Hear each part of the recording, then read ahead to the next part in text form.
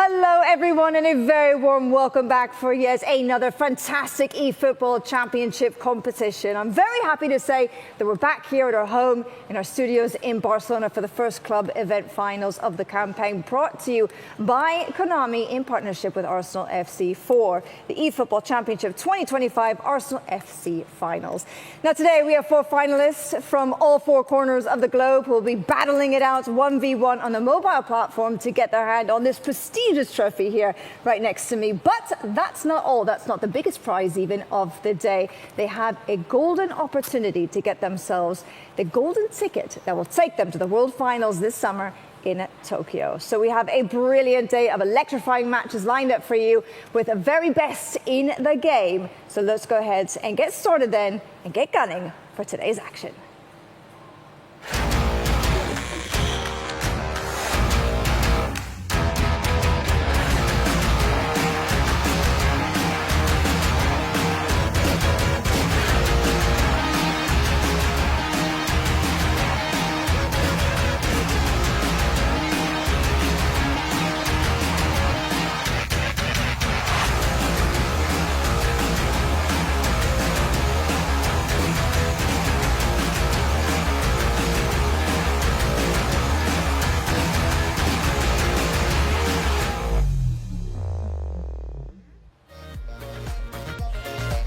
I'm Summer Hunter and I will be here with you throughout the day for the action-packed finals, but beyond that, of course, for the season as well. And I'm so very happy to be back once more for another year with all of you. And as ever, I'm also delighted to say that I'm in some great company indeed. 2 people who know this competition inside and out, 2 legends in their own right, Harry Shannon and Alex Alguacil. Give it up. You too. Thank you. For yourselves. Thank you. For yourselves. Yes. And for the start of a new season, how are we? Yeah, doing great. This is my favourite time of the year. It's the start of a new eFootball Championship season with the club event finals start to kick off. We get to see new names enter the fray. We get to see amazing action, loads of goals, different tactics, different player items being used. It's my favourite time of the season. Well, actually, second favourite. Favourite, of course, is crowning world champions. All right. Alex, welcome to the team. Thank you so much, Emra. Harry, super pumped to be once again here at the stage.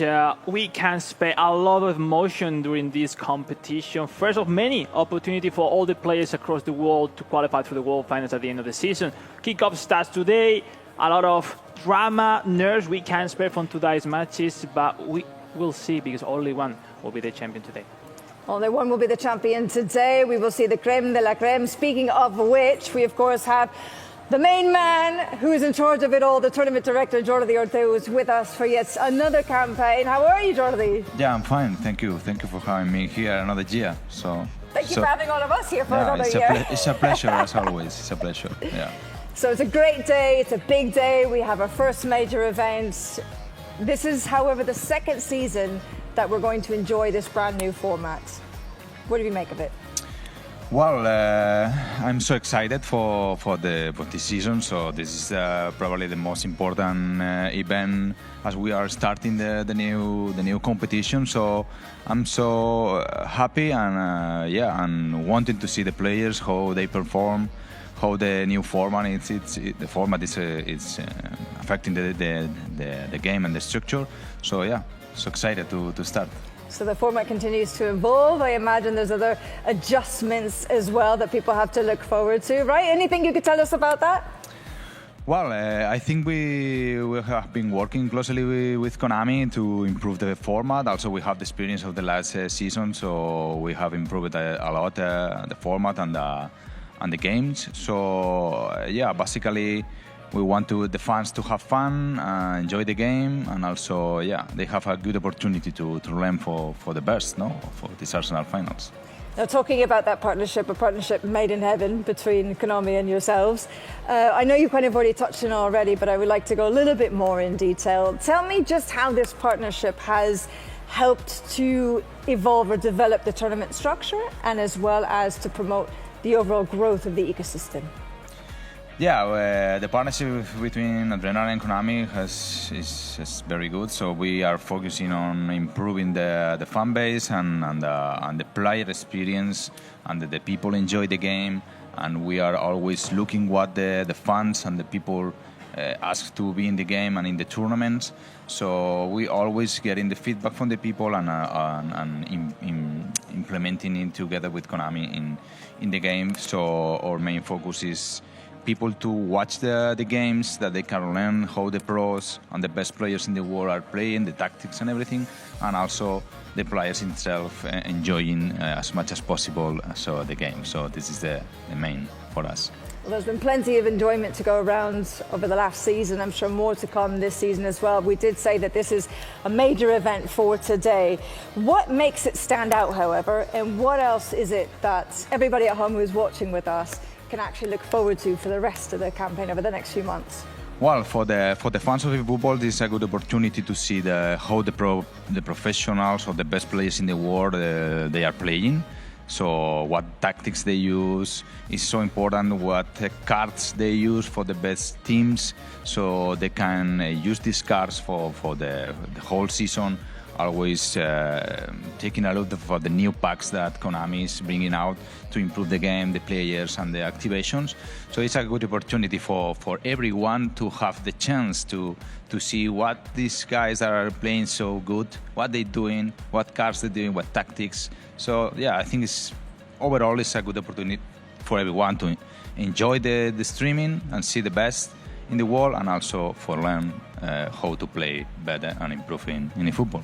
That's brilliant. I hope everybody was paying close attention to what Jordi had to say. So thank you very much. You're welcome. Good luck. Thank you. And good luck for the rest of the season as well. We'll see you soon. Thank you very much. Speaking of, let's give him a round of applause, guys. Yeah, come on.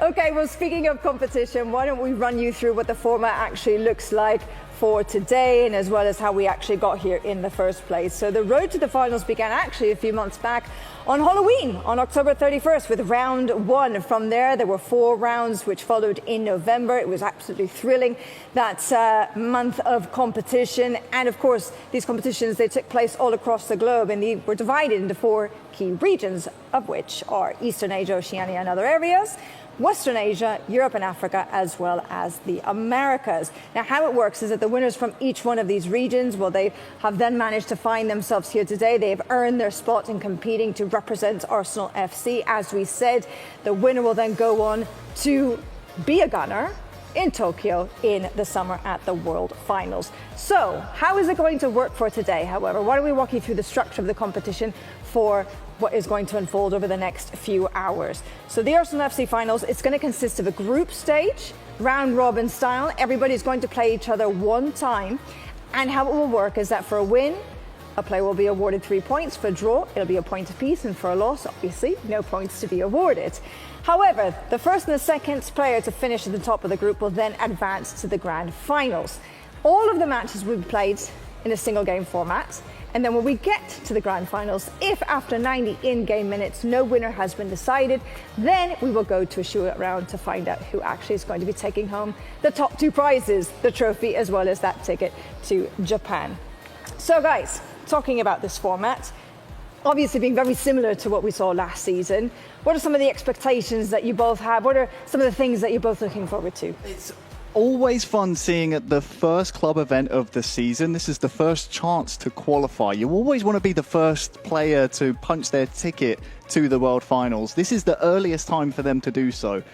The thing I'm looking at is there are 70 days between now and these players knowing that they would be competing for this opportunity today. So in those 70 days, who has matured their tactics? Who has really given us a plan B, C? We say it every time. Who has something to fall back on if your first plan doesn't work? I think that's what I'm going to be looking for. Yeah, definitely. I agree with Jordi before we hear him. The improvement that we had in the previous round, from round 3, round 4, that's improvement in the matchmaking, in the form of the knockouts were really amazing, because that's making to have here at the finals the best from the best, you know, and in every region. Now talking about today, it is quite simple, easy or difficult, depending on point of view, because you are just 3 games ahead to be at the grand final. It's not that much, but at the same time, that means there's no room for mistakes.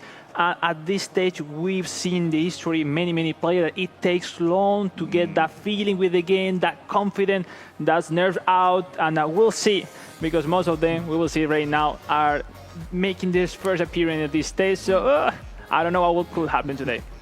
That's why we love it. We never know. We love the element of surprise. Speaking of, why don't we actually go ahead and introduce you to the 4 finalists for the mobile platform for today.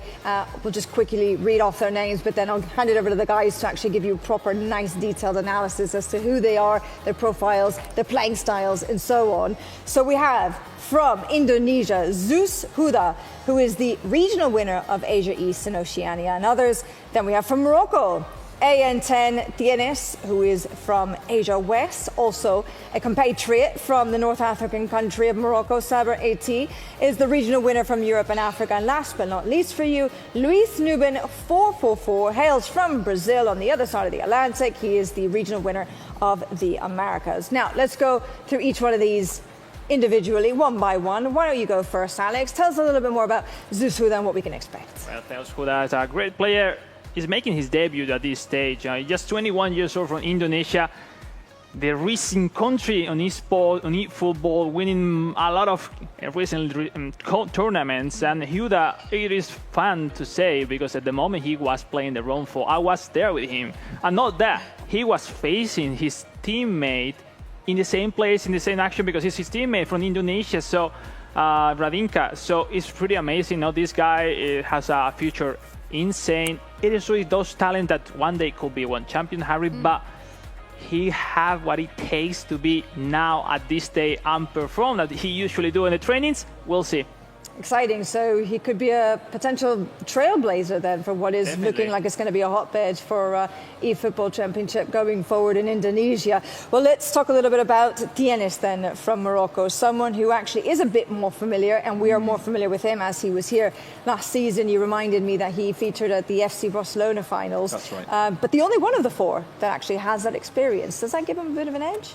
I think it does. In this type of competition, you know the route it takes to get to the World Finals. This is the only one of our 4 mobile players that did feature last year in 2024 in Tokyo. So he would have tasted the experience of going throughout the qualification. Of course, you've got to be in it to win it, so all 4 will believe that they can do so here at the Arsenal Club event. But Tienes knows what it takes to get it done. I mean, he was able to make it to the World Finals, lost out, unfortunately, in the group stages, couldn't go one further, but has a lot of experience, is arguably the most experienced out of the 4 here. So I would expect him to be in the mix come the end of the group stages. Alex, what about his fellow Moroccan, Saber AT? A lot of good things about the Moroccan community. Every single year are bringing more and more talents, players to the biggest stage. That says a lot for the community. So obviously it's his debut, Saber 80, 23 years old. Yeah, but if he's coming from Morocco, his level has to be really, really high. So big expectation. He has no pressure, nothing to lose, a lot to win today.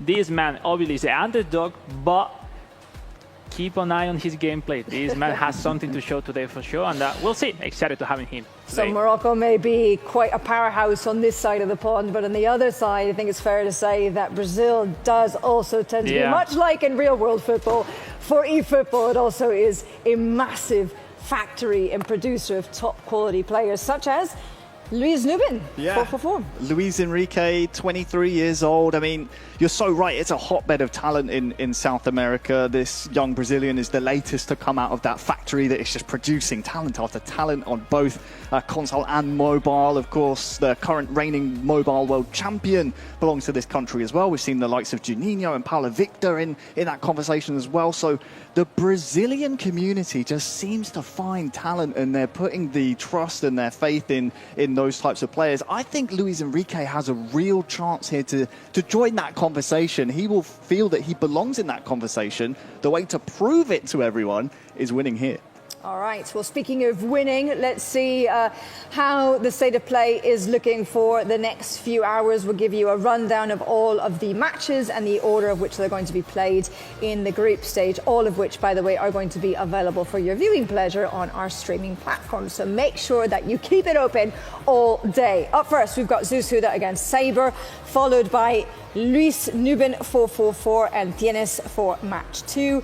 Match 3 is going to highlight Zusuda up against Luis Nuben 444, followed by Saber and Tienes, that all Moroccan affair.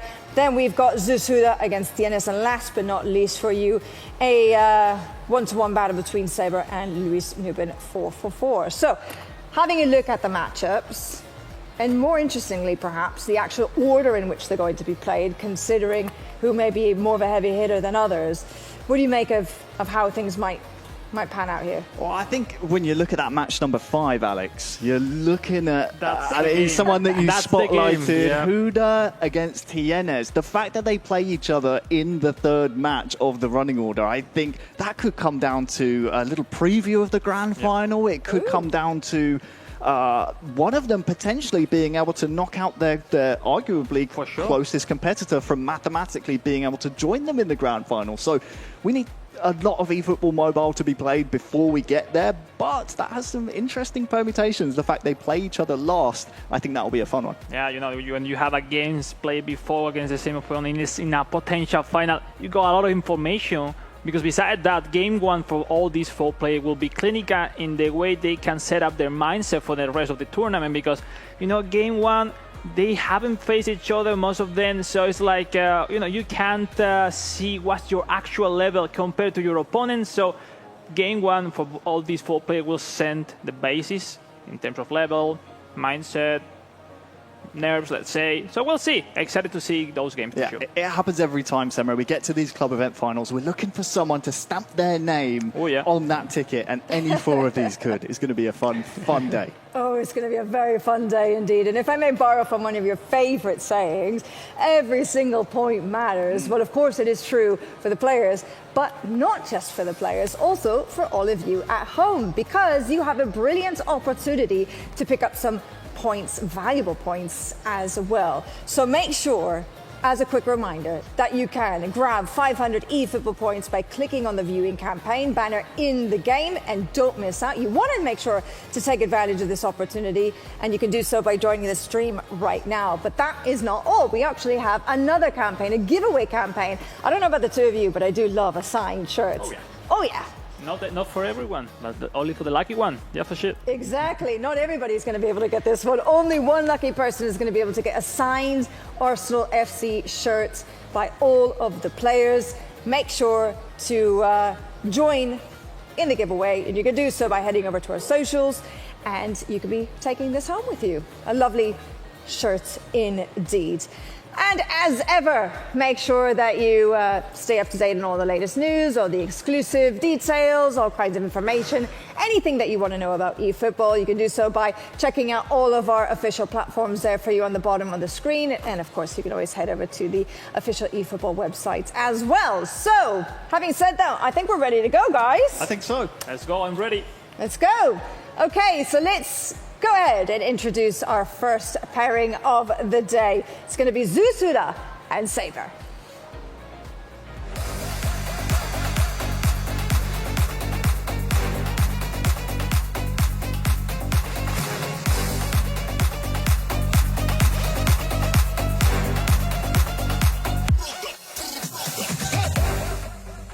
Nama saya Huda, saya berasal dari Indonesia.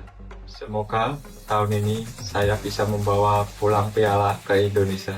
Karena suatu kebanggaan bisa mewakili salah satu klub terbaik di dunia. Tentunya saya berharap bisa mengeluarkan kemampuan saya dan menjadi juara. Hi, I am Saber Atti, representing the Europe and Africa region. I am excited to compete in the finals. Representing Arsenal Football Club is a great honor for me, and I will do my best to make my region proud. And thank you for your support. Well, here we are. We're just moments away from kicking off, Alex, the eFootball Championship 2025 season. It's been a long off-season, of course. These players have been waiting 70 days from round 4 of this competition until this club event finals. We're here now. We're moments from kickoff. Alex, just a few moments before we begin, what's in your head right now? What are you looking from these players? What do you want to see? Well, clearly 2 different game style, 4-4-2 for Huda versus 5 for defender center back for the Moroccan player, which will say a lot of the tactic, the game setup. So we'll see. First goal will be clinical in this first match of the tournament. So we'll see who can take the lead. It's a bit of a cliche, of course, but it is true. We need to see goals early on to see either Huda or Saber start their campaign off well. It is the Indonesian Huda starting with kickoff and possession in the Arsenal home strip. We have Saber in the away strip attacking this left-hand goal. Huda is someone that we're going to be keeping an eye on, no doubt, throughout the season from such a strong e-footballing nation. Not one, but 2 international competitions. It's not last year. It's not easy task for Huda, no? That formation from Saber, clearly identified to defend as much as he can, and now that long ball. But yeah, now Saber, on the other hand, needs to take much more time to build up his play. We'll see now Huda can get through those 5 defenders. That seems to be a really difficult task today, Harry. We'll see. Taking the lead, control the match, but for who? Now the chance. Great fake shot. Saka here on the near side beats one, but Saber's defensive work so far so good here in the opening 15 in group stage match number 1. Trossard has got a man over this near side. Just running beyond him is Luis Skelly trying to find Kai Havertz. That's a nice cross, but David Raya is there with some safe hands to save Huda's blushes. First real attack. Yeah, as we see, most of the players are using the Arsenal FC team special cards, the club select cards that Konami has released a few weeks ago. Those one makes the difference in this competition. We'll see if Kai Havertz for Huda can connect those passes, and Martinelli as finisher. Harry should be the man for Huda. Yeah, you expect to see Martinelli trying to run in behind, and when he gets into those positions, you know, with how clinical he is, he can maybe bag the first goal of this group stage. Havertz is in behind, but is quite far away offside. Half an hour gone. Yeah, and I must say, we've seen good approaches from both Huda and Saber here to kick off our club event finals. Yeah, unless we see a big mistake in the early bit build up from the players, it's quite difficult to go through. Huda is taking the control of the game, but 3 center backs are in front of his 2 center forwards, so it's not an easy task. He needs to keep moving from left to right. Those defense like from Saber is putting into the game. We'll see. Huda now with that calm control, his famous fall. Now the back heel pass, Martinelli! There is the first goal. It is scored by the man we highlighted just moments ago, Gabriel Martinelli, for Zeus Huda. 5 minutes or thereabouts from half-time. Scores the first goal for Huda. That is a great time to score. Yeah, great finesse with that outside cooler. Gabriel Martinelli, that back heel pass. Saber wasn't able on time to drag a defender back quite late with the cursor, switching cursor, and that's mean the lead from the man from Indonesia, Feus Huda. So advantage to Zeus Huda here in the mobile group stages. We see now Harry, red line for Saber, trying to go further and try to connect those. Oh, Kai Havertz will get there first. I think he tried feeding Saka there. Yeah. Maybe could have gone for goal, Alex. The extra pack wasn't the right choice. Now another mistake for Huda is Kai Havertz. The shot deflected. We'll see if there is second chance for Saber, Thomas Partey, pass 1 back minute. to Declan Rice looking for a pass in. Oh, It's Bukayo Saka inside the box, the cross! Oh! Havertz before half-time gets the equaliser. And that's it, another player of the week, Kai Havertz, with that great header, putting the equaliser. And you say, well, Harry, right before the halftime, it's game on, it's not finished. And now, you know, his mindset has changed a little bit. We did think that first goal, after the chance had just went away from Saber moments ago, where we thought, oh, maybe he should have taken the strike on, tried to feed Saka, was patient, recycled possession, knew there was time for one more chance before half-time. Here it was. He took it well with Kai Havertz. Yeah, definitely. That red offensive line from Saber had an impact on his gameplay. He started maybe quite passive, not more than waiting his opponent rather than going for the attack. And it was a wonderful attack. That pass into Saka, we saw before he got the wrong option with that control of Havertz. This time, perfect job. 1-1, and it's game on. Yeah, you can see the halftime statistics there if you're just joining us at home. Yep. Of course, the mobile eFootball version, very fast-paced. We have shorter halves. The time goes by so quickly, so you're seeing just the one shot on target, good enough for Huda, whereas, of course, we saw the two chances from Saber. Will that be playing perhaps on Huda's mind going forward as we can reminisce over some of the highlights of the first half? There was the first goal. Yeah, the point is, like, when we were expecting to get the control of the game with Huda leading 1-0, he completely lost it. That's the last 6-8 minutes were outside out of control, let's say. So we'll see. Second half could be a different story. The truth is, like, the 5 center back could be a stun for Huda in this second part of the game. We'll see. That one, Harry, that's a really nice one. Whoa, That Saka. Declan Rice pass. Just ghosting in behind, and then, of course, the cross on point for that man, Kai Havertz. He's tall, he's physical, he can get up nicely. That player of the week item is very, very useful, which is why we're seeing so many people trying to qualify for the World Finals through this route, through the Arsenal FC club event.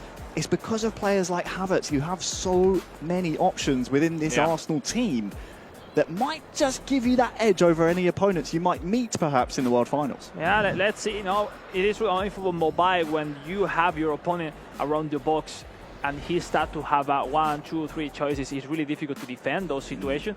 We'll see. Maybe play on blue could make him safer, let's say, to defend those attacks.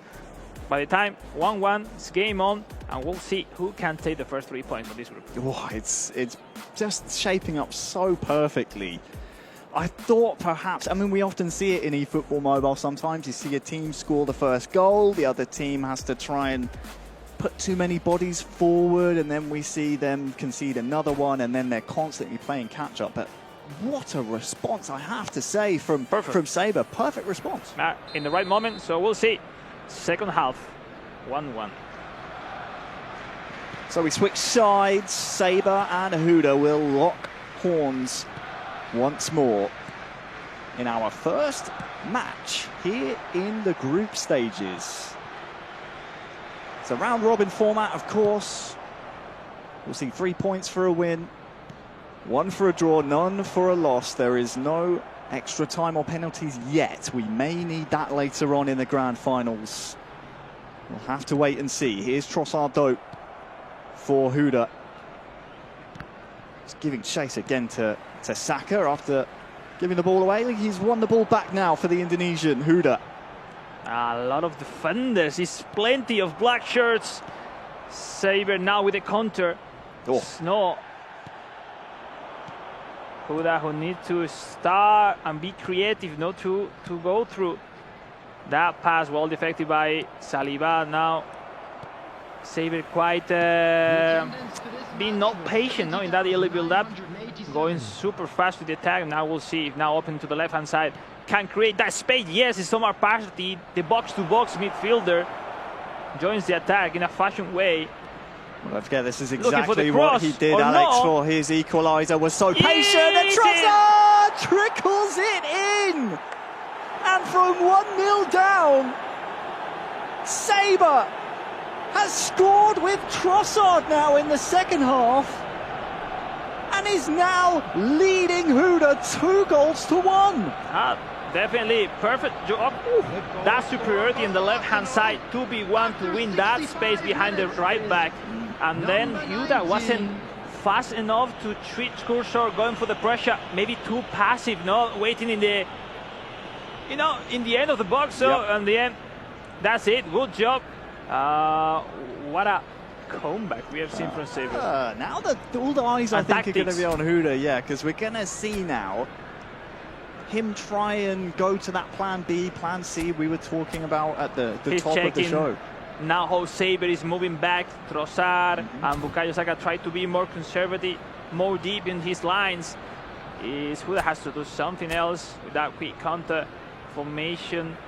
Needs to maybe be more aggressive, let's say, because the unexpected at the beginning of the game is happening. It's Saber leading, and now those massive 3 points will be really important, no? And the opposite for Huda, which now doesn't seem to do anything else. He's really confident in his tactic. Why change if you keep seeing Harry that with your tactic can have the control and be creative and creating chances? We'll see. 25 minutes left. When we look at the Indonesian nation, you think of names like Philip Frank, Dennis Bernard, and what a they player. have so many accolades and such incredible players, as you rightly many of them pointed out. I think Huda might be feeling a little bit of pressure perhaps here in the group stages, 100%. knowing he has a lot of expectations from his nation first to game, live up to. Maybe you start leading, you think the game is done, and then the response is unbelievable from Saber, which now has to control the score, keep the momentum. A potential third goal, Harry, will be definitive in this game one. So 20 minutes left here in game one of the group stages. And Havertz is running in behind for Huda. Is the goal here for Saber, I wonder, Alex? Keep that ball in play, keep possession, and keep that clock in the top left ticking up to 90. Definitely 15 minutes. We are going to have 1, 2, 3 chances left, no more. Saber try to drag the opponent's players out of position. Now finally Huda getting the possession, but seems too far to connect a great chance. I love the positioning right now from Saber. It's not letting any space. We'll see. Maybe this is the attack. Into the final 10 minutes. And Huda's given the ball away. Where is the ambition from Saber? I wonder, will it come? He just can't connect with Kai Havertz, who looks quite lonely up top there. Huda now could try and turn the ball around the corner with a header, but he can't connect with a teammate either. It's sporadic. It's a little bit cagey here in the final 5. That could be a massive shot in this competition. And it's only the first game. Thomas Partey. Maybe the last one. Oh, the rebound. It will come through to Trossard. It won't. It's cleared up the pitch. Is there the time? One last attack, maybe. Gets it over halfway, knocks it on. Martinelli can't connect. Saliba will clear. And wow! Saber AT will take the first 3 points of the group stages here. Wow, what? I mean, I don't want to call it an upset, but the man from Morocco told us before, ready to defy expectations by winning his first major competition, has taken 3 points off of one of the favourites. We saw clearly out the stats. Huda was only able to go through those 5 defenders from Saber once in their game. That one was the goal. Besides that, Saber was controlling, being clinical in front of the net, and that's it. 3 massive points for Saber, which we said before. Saber, this guy has nothing to lose. I love to win. If he is performing, he's here at the Arsenal Club Event Finals is for a reason, and that's the reason. 3 massive points, and Huda now needs to win all the rest of the games today. Wow. And we mentioned earlier when we were asked to point out those matches we were looking forward to, Alex, of course, we mentioned that Huda and Tienes, our 2 big names, if you will, in the Arsenal group stages here, have to play each other last. So the situation we were talking about at the top, where maybe you could potentially knock out another of your your strongest rivals before the grand finals could come to fruition if all things play out here. Yeah, we can assume that 6 points in a high percent will put you in the final, but the feeling, the actual feeling is super for Saber and not that good for Huda. So will you be able in how much? In 30 minutes, be able to swap up, restart your mindset, and go full blue bar, if you say. In the mentality, so we'll see. It's a shock, but it's not done. I think credit to Saber, because you have to remember, of course, after trailing, conceding, I should say, the first goal, it's so hard to, as you said, reset your brain mid-game on the fly, especially in mobile matches that you have to. There's are so no choice. fast. He was able to come back in the second half, or rather grab the equalizer before halftime, score the eventual winning goal in the second half. That's going to give him so much confidence. He's got to be feeling good right now, Saber. Yeah, we'll see. But for sure, next opponent will have different games that maybe suits better to Huda than Saber. We'll see. Anything can happen. It's just the first game of the day, but what a massive score we saw. Yeah, first game of the day is in the books, and it is Saber taking 3 points back to Morocco from the Europe and Africa region, Semra. An incredible result for Saber, top of the league as things stand. Flying the flag for Morocco. Perhaps Finais can follow suit in the next matchup. We've got another Moroccan there too in match 2. But I tell you what, I do love good comeback. And we do love goals as well. So it was a great way to start with a big bang. 3 goals in the opening fixture for today. But yeah, a bit of a surprise perhaps. So with Huda taking the lead, maybe you would have thought he would have been able to hold on, extend that lead over Saber. But he fought well. He managed to keep his composure, keep his cool, come back from behind in fine fashion indeed. And here we are. So let's just take a quick look then at the table as it stands right now. Of course, it's still very early doors. There's only been 1 match played in the group stage, still 5 more yet to go.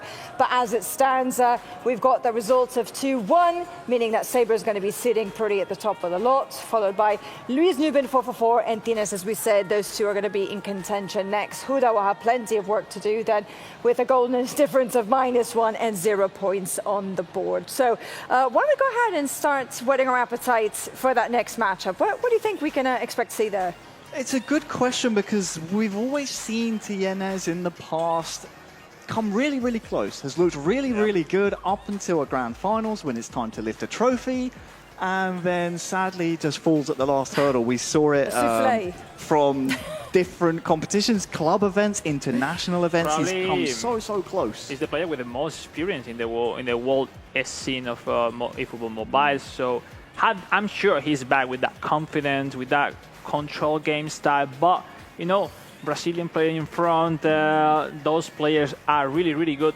Not because they are Brazilians, because the local competition they play during the year is making them better and better. So it will be a great start to Luis to have a draw or even a victory in front of Tienes, but we'll see. I think unexpected things happening. Another one.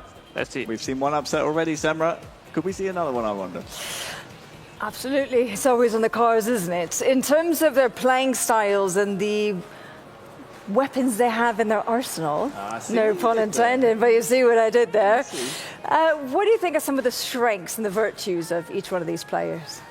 We definitely mentioned in terms of wanting to qualify through the Arsenal FC route to the World Finals, because you have so many good items available. Of course, you have David Raya, who's a very valuable goalkeeper. He has a Player of the Week trend card, I believe. Of course, you have the likes of Kai Havertz as well, who scored that equalizer, as we saw for Saber in that last match. You have Martinelli, who, if you get him in goal-scoring positions, you will see him easily tuck home goals. I mean, it's almost like we were highlighting them, and then the players, as we saw in the first match, were exhibiting exactly what we were saying. So Trossard, you've got Timber, you've got great defense, midfield, attack. Just probably the most, I don't want to say outright the most complete club in eFootball at the moment, but definitely one of the stronger ones. Yeah, it's a very competitive one, looking for the World Finals as well, where the Arsenal representative has to defend the colors of the club in the World Finals. Luis Enrique, we can expect a lot with Bukayo Saka and Gabriel Martinelli, Gabriel Jesus, so we'll see if he's able to connect with those players which he is more common with. By the way, especially Martin Odegaard with that highlight card, cards. The most rating card we've seen in Arsenal are almost 100. So that will be one of those keys for the players, plus the Arsenal Club Pack, the Player of the Week. So a lot of options. That's the best thing of this kind of competition. You have the different cards for every player that can make an extra impact into your chances, in your game style. So we'll see how they use it into the game. I think speaking more generally as well, I think the mobile platforms tends to be the defensive midfielders, where if they can be the player to put pressure on, and then they can kind of block the passing lanes. Yeah. You will have more success defensively. But I would say Declan Rice and Thomas Partey, if you can put those two in a 4-4-2, or potentially have them kind of shepherding the back four, protecting them a little bit, that is one of the strong suits, I think, that tends to lend Arsenal, especially to mobile. Yeah, let me say, one of the things missing in Arsenal squad, there is no anchor man in those DMF. So one of the options is what you say. You have no anchor man. Let's try to get closer to two of them, Declan Rice, Thomas Partey, maybe with that strength, that defensive skills. That will be a solution, let's say. If not, we saw 5 center backs is working properly for Saber. I'm sure from the Brazilian Luis Enrique we'll see the approaching of the sides rather than the center, where we saw Huda and Ainten Tienes. He don't really care. He play by the side, by the center, depend the opponent. So we'll see a lot of options. Arsenal is a really nice squad. With Arteta, you can use quick counter or possession. So 2 main game style in game for sure. So it's a really easy team to use, to perform. So I mean, it's great. It's a really great team. Yeah, I think so. I think that's why we're seeing so many players try and qualify through the Arsenal Club event, because there's so many options. There are indeed, and I'm sure we're going to see many of those options put out on display right now, in fact, because I hear that we are ready to go for match number 2. So let's go ahead and give it up then for Luis, Nuben and Tienes.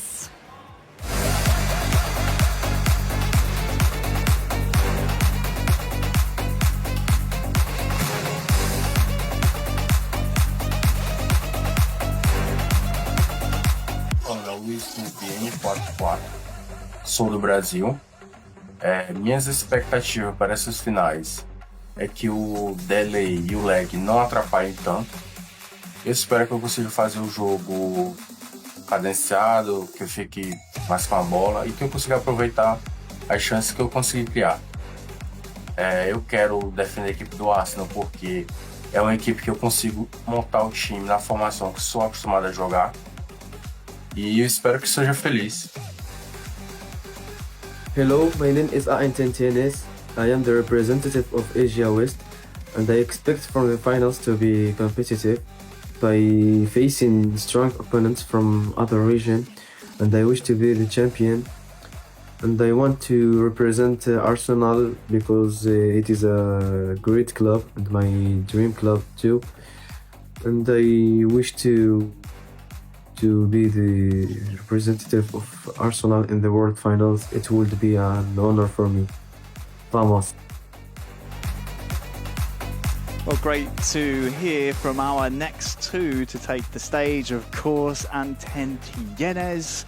We've known him from several competitions in the past, and a relative newcomer, at least to you and I, Alex, the Brazilian Luis Enrique, 23 years old, really wants to stamp his name on a competition, because he's probably sick to death at this point of us talking about Rental, the reigning world champion, Juninho, who's won, of course, the Manchester United club events in the past, has represented other English clubs, which is exactly the footprint that Luis Enrique here is trying to follow himself. So he's sick of hearing these names that have represented Brazil. He wants to be one of those names. There's a real chance for him here. Definitely really interesting matchup we are seeing right now. The first for these 2 competitors, we saw that 4-2-3-1 formation for Luis Enrique. Next to that, aggressive and not custom formation with, let's say, custom formation from Tienes, which both of them are using Bukayo Saka on one side, Arsenal Club Pact and Player of the Week. Really interesting, both players, same squad, really different cards. So each one having the favorite one. So here we go. The first, Brazil, Morocco, Luis Enrique versus Ainten Tienes. Match 2. Time to go. Moments away from kickoff, it will be Luis in the home strip, just making us wait a little bit longer. Finally kicks off attacking the right-hand goal, and the Moroccan Anten Tienes in that changed strip of Arsenal Football Club. We're underway here in match 2, and it's the Brazilian who loses possession first. And Anten Tienes loves to play, as you said, Alex, reactively to the opponent's defence, likes to play direct when it's necessary, can be patient, is probably one of the more complete and definitely experienced players on eFootball Mobile we've seen. Yeah, definitely we see two different ideas. Luis Enrique trying to have an extra midfielder to make that superiority, and in the other hand, Tienes having all the focus on the right winger, Bukayo Saka. When it's now Gabriel Jesus, the trick is not done. Great recovery now from Luis Enrique. Quickly, Harry connecting with Martinelli, and the counter-attack. Here comes Luis, just being a bit more patient in his build-up, not wanting to give too much away early on. Jesus on the turn. Odegaard tries to break the lines in behind, and it was interesting to hear from Luis before the match, of course, giving us that video message. Great to, of course, put a face to the name. Said he wants to represent Arsenal because it's a team I can set up in the formation that I'm used to. We'll see how used to defending he is within this formation, because Tienes is an aggressive player. But I find that fascinating, the fact that Arsenal allows him to use the formation that he likes using in a day-to-day basis. I think that's really smart, using a club and trying to qualify for the World Finals throughout a club route. Is a great idea, especially if they use the formation that you're used to. Defended, well, I should say survived that time around, but Tienes in the opening half hour seems the happier of the two. Jesus round the corner to Kai Havertz, but, well, defended well at first from Luis. Has to defend again as Jesus takes a snap strike. Odegaard still in there. Can he find Havertz? Oh, good block. The second chance. Gabriel, that was vital. Yeah, we saw that Luis Enrique has lost a little bit of control. Every single time he was regaining those action from Tienes, quickly losing the ball. And it's Tienes with the momentum, getting closer to the box of Luis Enrique. We'll see if he has something prepared in this set pieces corner kick for Tienes. It will be Declan Rice, the kicker. It'll be the in-swinger. Havertz in the air! Not the first time today, and something tells me, Alex, it won't be the last. We see the player of the week, Kai Havertz, head one home. Anten Tienes, just past the half-hour mark in match number 2, scores the opening goal. For sure, Tienes has something prepared for this action. Wonderful corner kick, right accurate to the header of Kai Havertz, which again, with another header as in game 1. Wow. This time for Tienes, the Moroccan leading, and now it's Luis Enrique who has to respond to that shock and that lead from Tienes. Tienes 1, Luis 0. 10 minutes to go until half-time. And it's Tienes starting as we expected him to. But don't forget, in match number 1, we saw the favourite take the lead in similar time frames. Nice predict with Declan Rice running back, switching control, running back, not going to the pressure, just to block once again, twice in a row for Tienes, blocking those passes. Declan Rice is the main one. It's Odegaard with the run. Harry, one-on-one, Saliba trying to catch him. He's still in there. In the very last moment, Luis Enrique was able to catch that run. Obviously, Harry, Odegaard is not that fast. Half-time rapidly approaching. This one will be the last attack, I feel. It's cut out by the Englishman, Declan Rice. And it is Tienes 1, Luis 0 at half-time. We've seen mostly Tienes turning the screw in that first half. What needs to change here for the Brazilian? Well, it's difficult, no? At the end, he's facing Tienes, one of the best players in the world. So we saw Tienes having not that confidence at the start of the game, but Luis Enrique is not as sharp as we can spare at this stage. He needs to first find solution for those two DMF that Tienes is putting into the game and approaching those wingers. No, those control, move from the left to the right, try to move Tienes defense and find those spaces behind. We'll see. It's not an easy choice. Now losing, you maybe means you need to be more aggressive, and then with that quick counter formation, Harry, your defense line is really, really high, and yeah, you can concede the second goal. How difficult is it to really follow in the footsteps of other countrymen that have had success on the world stage? Because, of course, we mentioned earlier, you know, Dennis Bernard, Philip Frank, all of these names. We saw Huda kind of fall at the first hurdle in match number 1 as we're underway here in the second half. Do you think maybe Luis has a similar kind of expectation from his countrymen to represent Brazil Harry is in Brazilian. the right way? So Saka on the near with side this score, tackled. it's not over for him, but he needs to get some breathe, some confidence with those passes also, because that name is Bukayo Saka. Will Saliba intervene? But another time, Luis Enrique in the last moment surviving Harry, because he's surviving with those counters of Tienes every single time that connect with the left winger.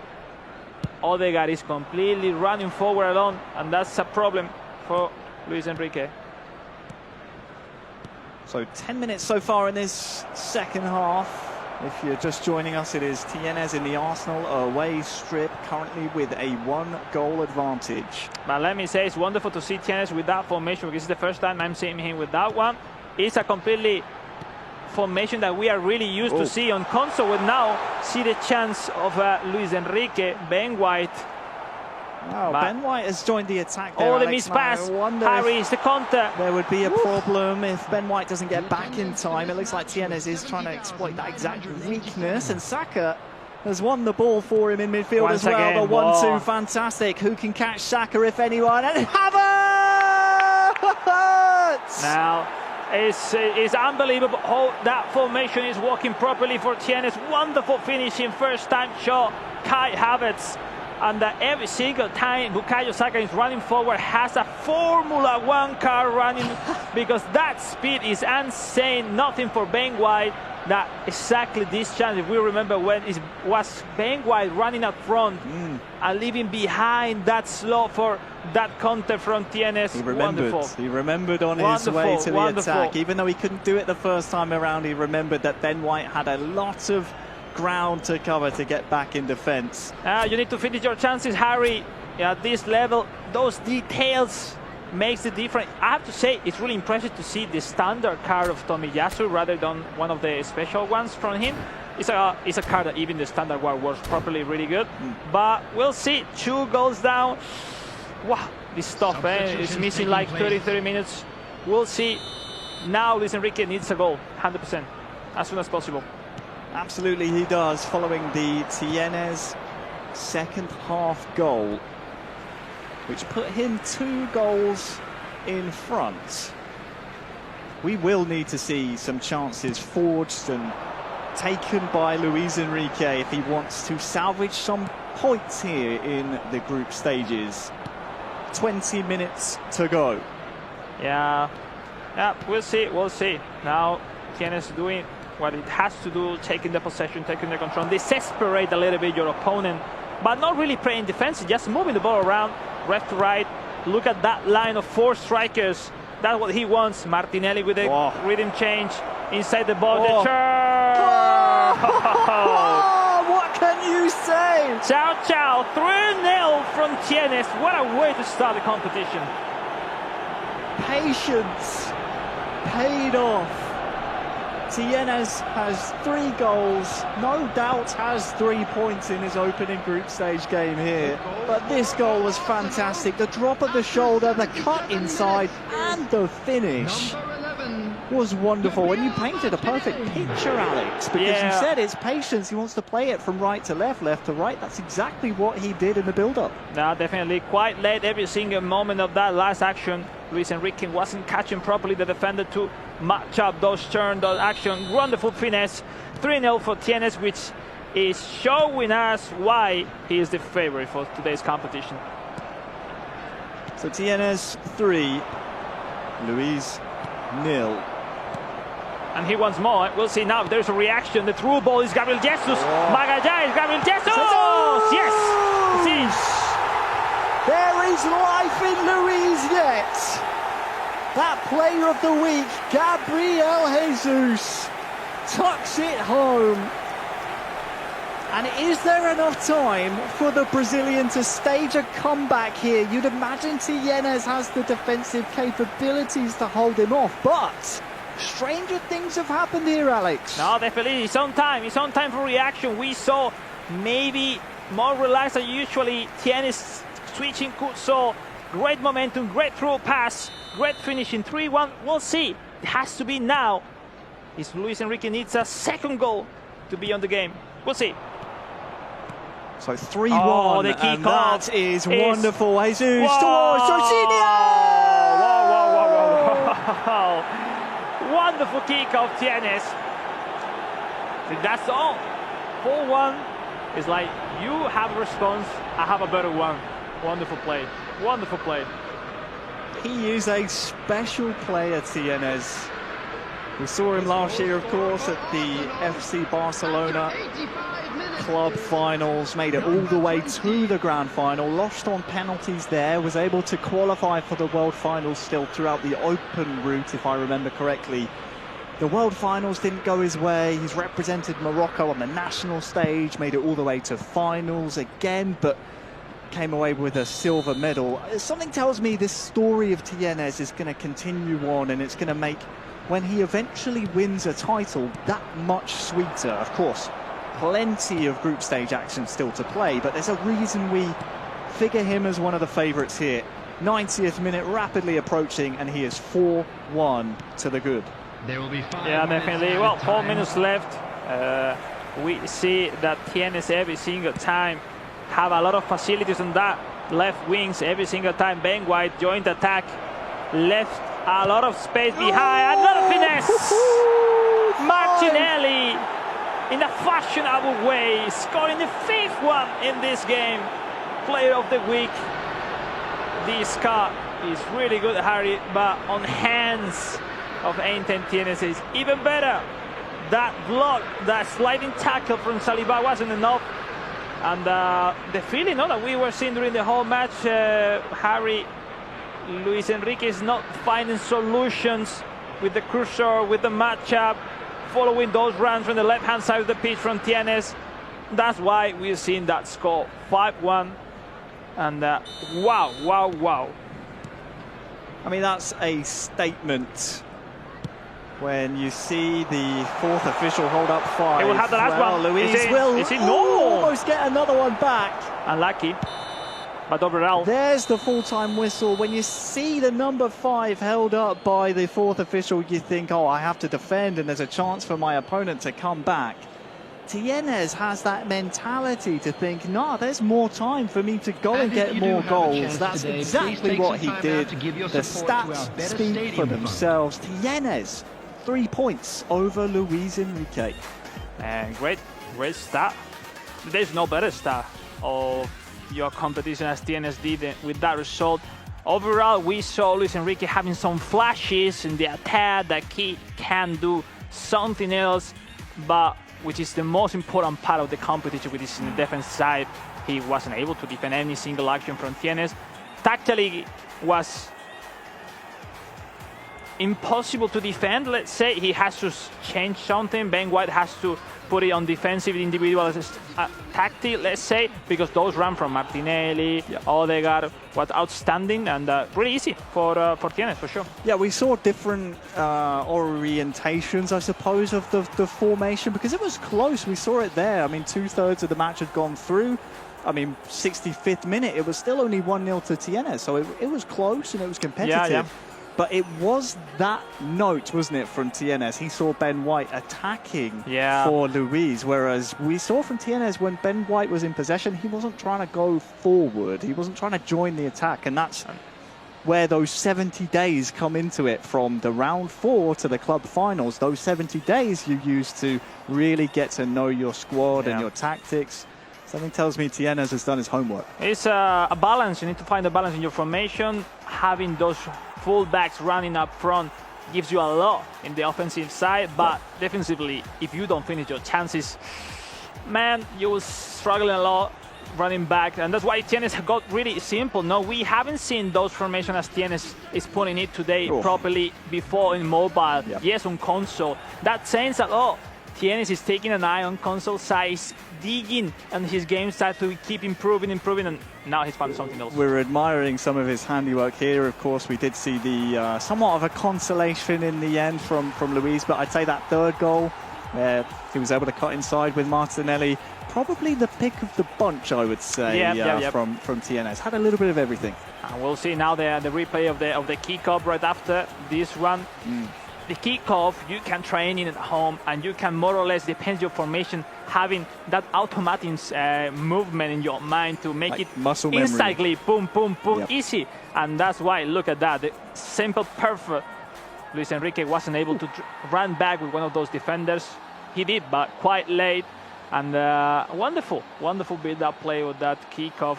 Jorginho, scoring with that special car that Konami bring him with as a CF, which is funny from one side, but this time really worth it in this competition. Part of the Halloween campaign, I think, wasn't it? Where we saw some players move positions. It's always fun to see them being brought into the tactics here at the club events, and we're seeing Jorginho there, as you said. I don't know if Jorginho is watching it today, but it's like he is scoring goals as a striker. He has to be proud of it. So we'll see.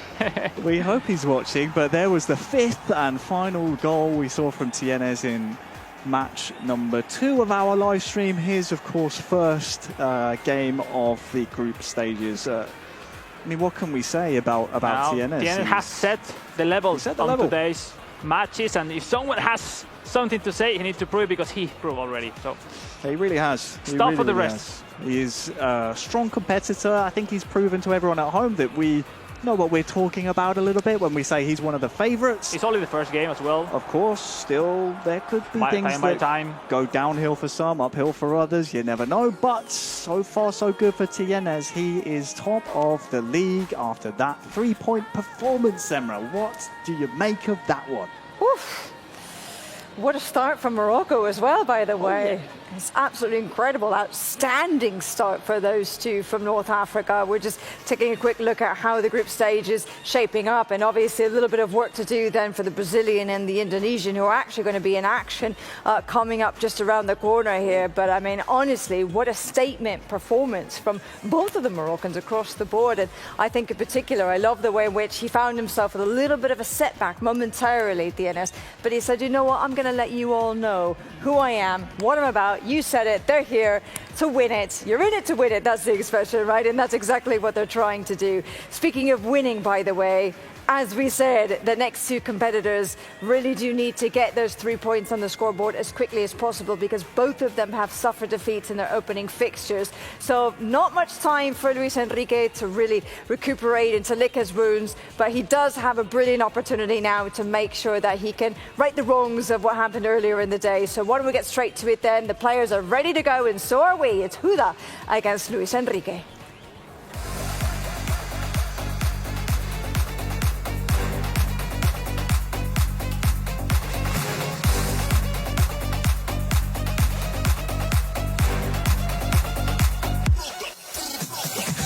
Thank you, Semra, as always, guiding us to this point. And it's a really interesting point, isn't it, Alex, that Semra made? These two matching up now lost their first game. So this almost becomes a bit of a miniature tournament we're seeing here, where if you win this game, you theoretically, but not definitively, would knock out your opponent. It's an interesting permutation here. Yeah, we see at the screen mirror formation, 4-4-2 versus 4-4-2. Two players with the needs to win, yes or yes. The game, a potential draw will put them in a really difficult situation. Looking later on at the table, we'll see. I believe Huda is with the sub tactic that we haven't seen properly on the screen, but with just few minutes after that first loss on those two players, will then be able to perform and to show up, because this is the right moment to do it. This is indeed, of course, as you can see at the bottom of your screen, we're moments away from kickoff.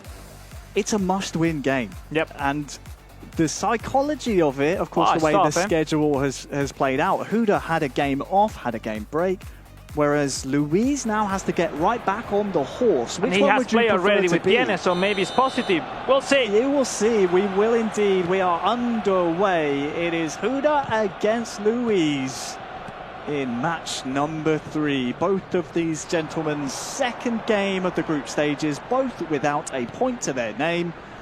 Here we go. Huda in the home strip is attacking this right-hand goal. Luis of Brazil in the away strip is attacking this way. And it's on the ball now with Gabriel Jesus, who can catch up with him. He's still hanging in there, Jesus, but finally it's one back. Yeah, Saliba is one of those defenders that somehow, is way faster than Magallanes. We'll see now the through ball is Huda. Finally, Huda getting into the box. Kai having control the finesse. Finally, Huda with the ball. With that club select Kai Havertz. Wonderful finishing. He was able to gain that back from the defenders. Magallanes wasn't able to catch that speed. And with that calm, that control, that move, and wonderful finesse, Indonesia finally is on the lead. Huda scores his second goal of the group stages. Of course, went in front in his first match against Sabre, but then conceded 2 and came away with no points. That will be in the rear-view mirror for him now. He scores, as you said, with the club selection Kai Havertz. Many different uses of the man, but we'll see plenty of goals from that same name here today. Kai Havertz is some versatile option for Arsenal. And Luis on the ball now, trails 1-0 against his opponent, Zeus Huda.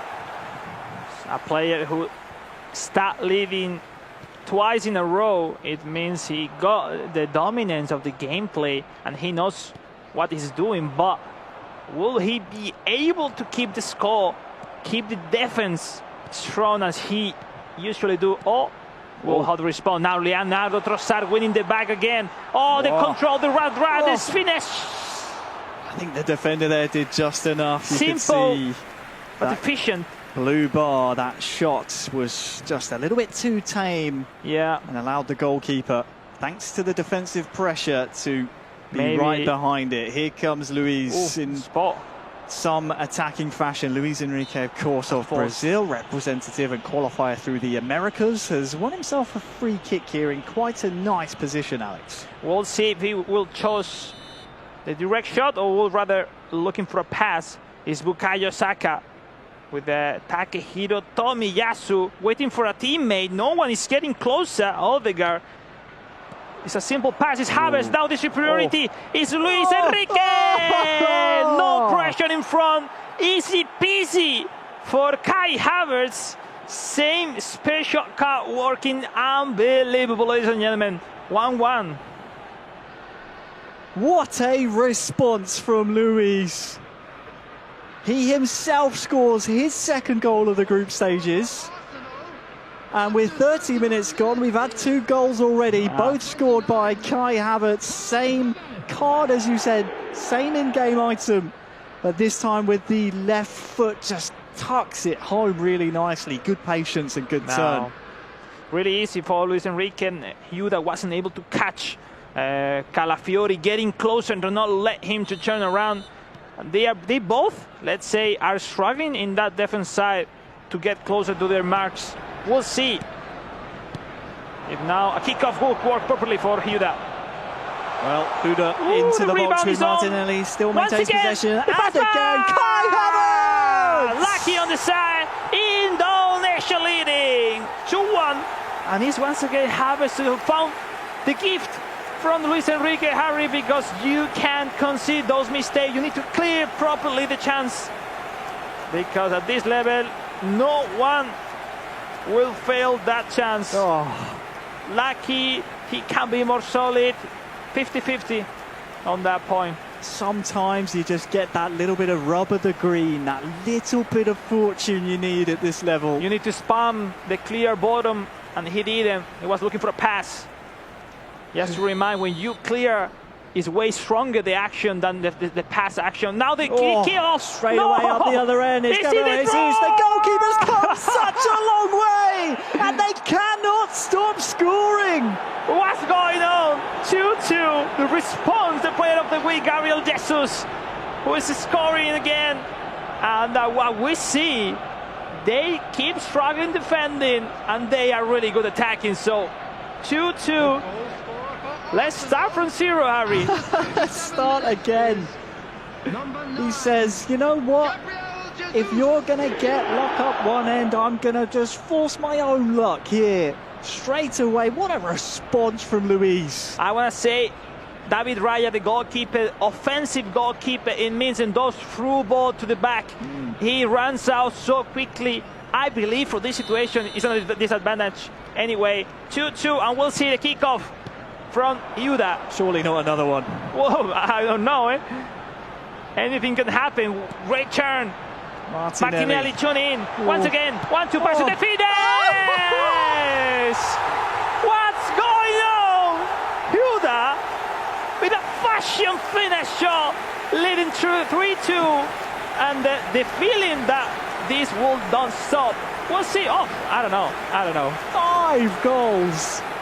5 in the first half. That one from so far away, but it had the direction and the curve it needed to find its home in the back of the net. Here it is again, just a little bit too slow to get down to it there.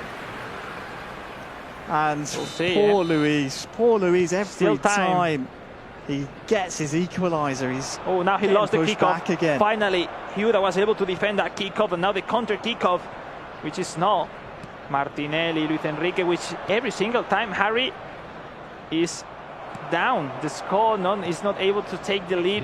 Maybe is that what he needs? And if you're just joining us, there's struggling, really struggling to keep back. Havertz! That one has the power. That's the one, and it's from a perfect scenario. Who was fashioned just before half-time. The hat-trick from Havertz has put Huda now 2 goals in front. Half-time is about to kick in. Simple but effective. That's those pass and run, one of the specific movement that you first improve and learn in eFootball Mobile. It gives you those runs, those advantage that if your opponent doesn't run back, it's impossible to defend. 4-2, 6 goals, and all within the first 45 minutes. This unbelievable. It will be the last one. The last one for Luis Enrique. Maybe one he can last. Get closer to score. No. I thought there was going to be one more chance in the first half, but the first half will end with not 5 but 6 goals between these two fierce competitors, and just unbelievable show of clinical finishing. Half-time couldn't have come soon enough, not for either player, but for my blood pressure, I think, Alex. We get a chance now to relax a little bit and kind of digest what we just saw. Because 6 goals in the first half of eFootball Mobile, often it's cagey, often you see sometimes players take a while to warm up and build up their plays. Here, it was just gung-ho, it was go straight forward, score as many as possible, and both men, it was like a fight in a phone booth almost between these two. Well, if we analyze play by play these games, we saw that in the previous one, there is only one player who is performing well in defense and in attack, is Sentienes. We seen here they are really good players attacking, but we feel how much they are struggling. Any single action they need to go back to defend. We'll see. They need to improve, because the key of today is become the champion. There is no prize for the second. So it's important, the 3 points, but they need to realize in mind how to improve the defense side, no? Because they are really having a hard time. It is difficult to defend on eFootball Mobile. Both of these men are finding that out here. Second half underway. Zeus Huda, the Indonesian, is leading 4-2 against Luis. Yeah, who somehow is in the away strip, Alex. Somehow quickly switch cursor, take one of those defender, run back, try to predict which defender will be the most useful for the action, and try to survive. That's it. Obviously, at this level, Harry, is so difficult to defend. You are playing against the best from the best across the world. And that roulette pass from Bukayo Saka, maybe kind cheeky, you know, but we'll see. Well, thank goodness that Tomiyasu was able to win the ball back. Otherwise, that would have been quite embarrassing. It could still be as Kai Havertz tries to turn inside. Tomiyasu yet again playing saviour here for Luis, now who's it's playing completely with fire. failing those timings. Luis Enrique, the counter. Thomas Partey with it. Pass, which is no. Well, if you're just joining us, here are the results we've seen so far. And it would be the first 3 points on the board for Huda here in the group stages. We'll see if he can find a way to connect those 1-2 passes between those two centre forwards, which is now the chance from the Brazilian Gabriel Jesus, trying the same one, which is no. Those two DMF are really helping Huda. Well defended by Huda as well, was manually tracking the run, and it was the defensive pressure from the second man that came across that has led to this position here. Saka, far side, out to Partey. Martinelli, what can he do with it? Trying to turn around. Oh, it's off target. The positioning, the timing was okay, but the positioning a little bit too high inside the box. Nice try, but with that fake shot, confusing his opponent. But you need to be clinical in front of the net. Key point to raise, Alex, of course, that timer ticks down so fast on eFootball Mobile that Luis needs really to start scoring goals, fashioning chances. Otherwise, this one could be over before even if he gets another goal. You are right. Virtually, this actual situation for Luis Enrique will mean that his chances to go through will be over. Anyway, still game on, which is now Huda with the ball. Offside. That one could have been, as you said, the nail in the coffin, because, I mean, 0 points from 2 matches mathematically, I think would eliminate Luis. I don't want to say that outright, but it would put him in a very, very tough spot. Yeah, that's something to change. Substitution are really, really important in football. Some refresh legs, full stamina. We see here Raheem Sterling, Gabriel Jesus, and now on Luis Enrique, we haven't seen any substitution for the moment. 4th substitution for Huda, which basically regarding stamina from press legs, tries to survive. You are winning 2 goals up. There's no way to risk much more. Just save the score. Bring home 3 points will put him for sure closer at the stands to go through the grand finals. It would be a big confidence boost, you feel, for Huda, perhaps, after losing the first game unexpectedly? Definitely. I think he was a shock for him. He wasn't finding the usual solution at the attack now in this game. And the attack is sharp, as usually. Maybe in defense, he needs to improve for sure, but he's going to the 3rd match in a potential chance to go through, which is the most important right now. Yeah, keeping your tournament life alive is very, very important. Of course, it seems crazy to think about when you're here just, we're in the group stages. It's not just that. No, really. There's been round 1, round 2, as we said, 70 days. And look at that. Between October 31st and this day today. That's what you usually see on eFootball Mobile. You're winning 2 goals at 5-2, 2-1 for Huda.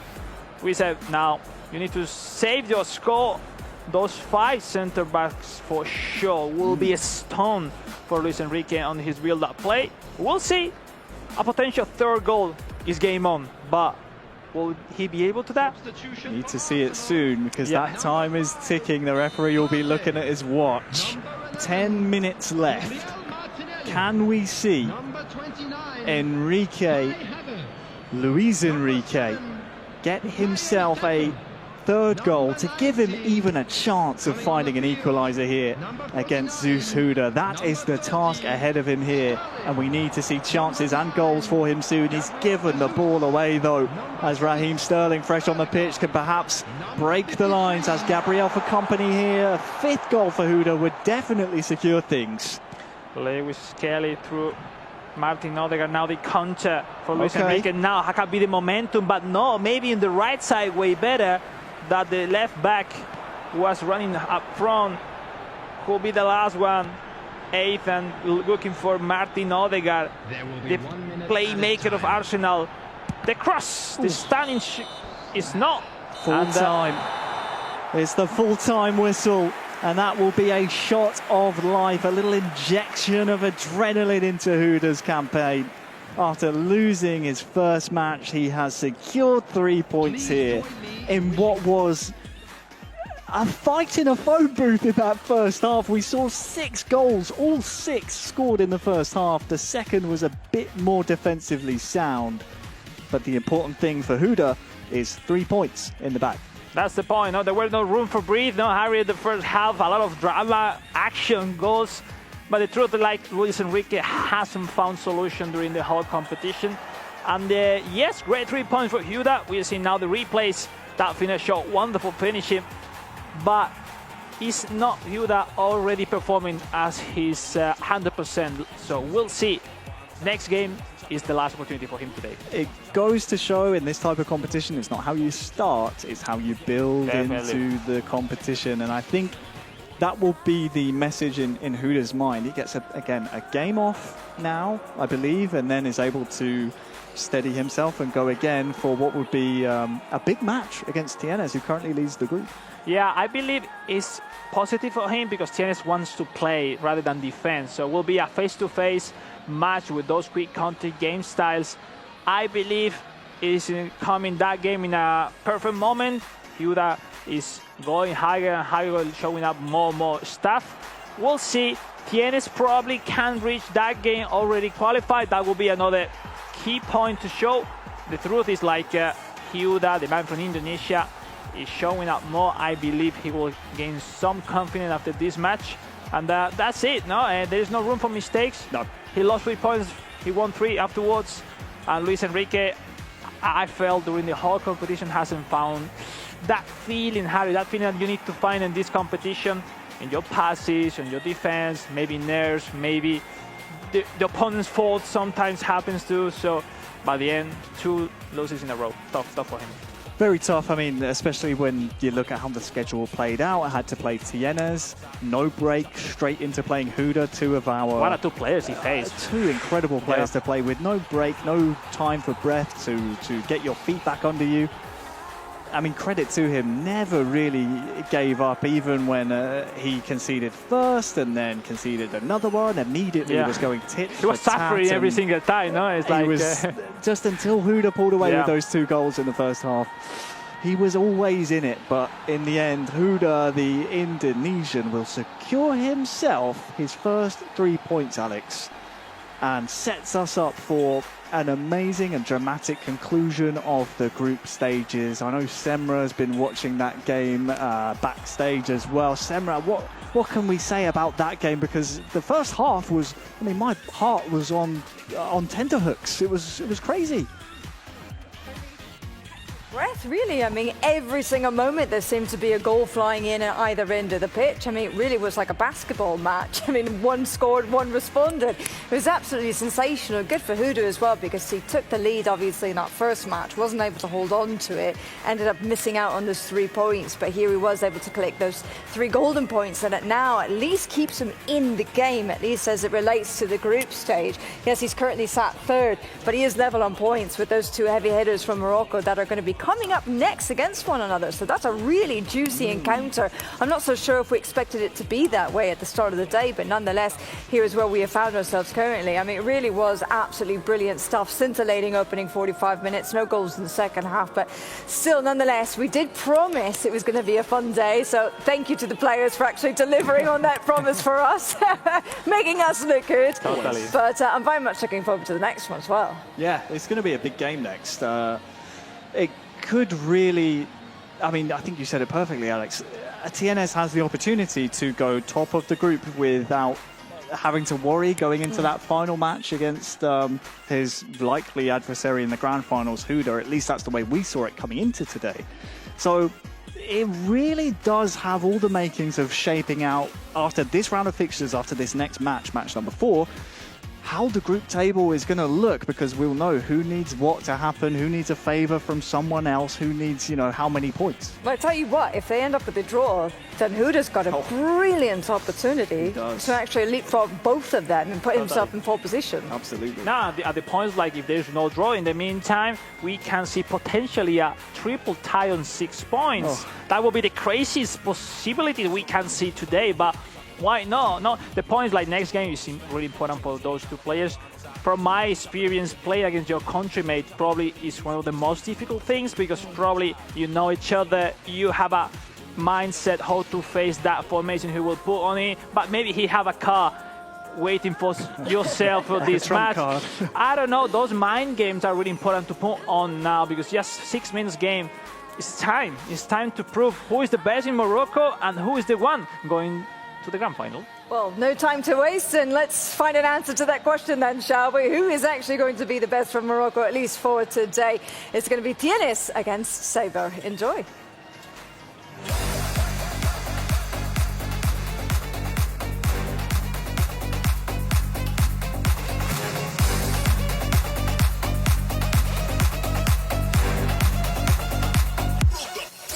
Yes, the battle for Morocco, as Semra put it. Alex, match number 4.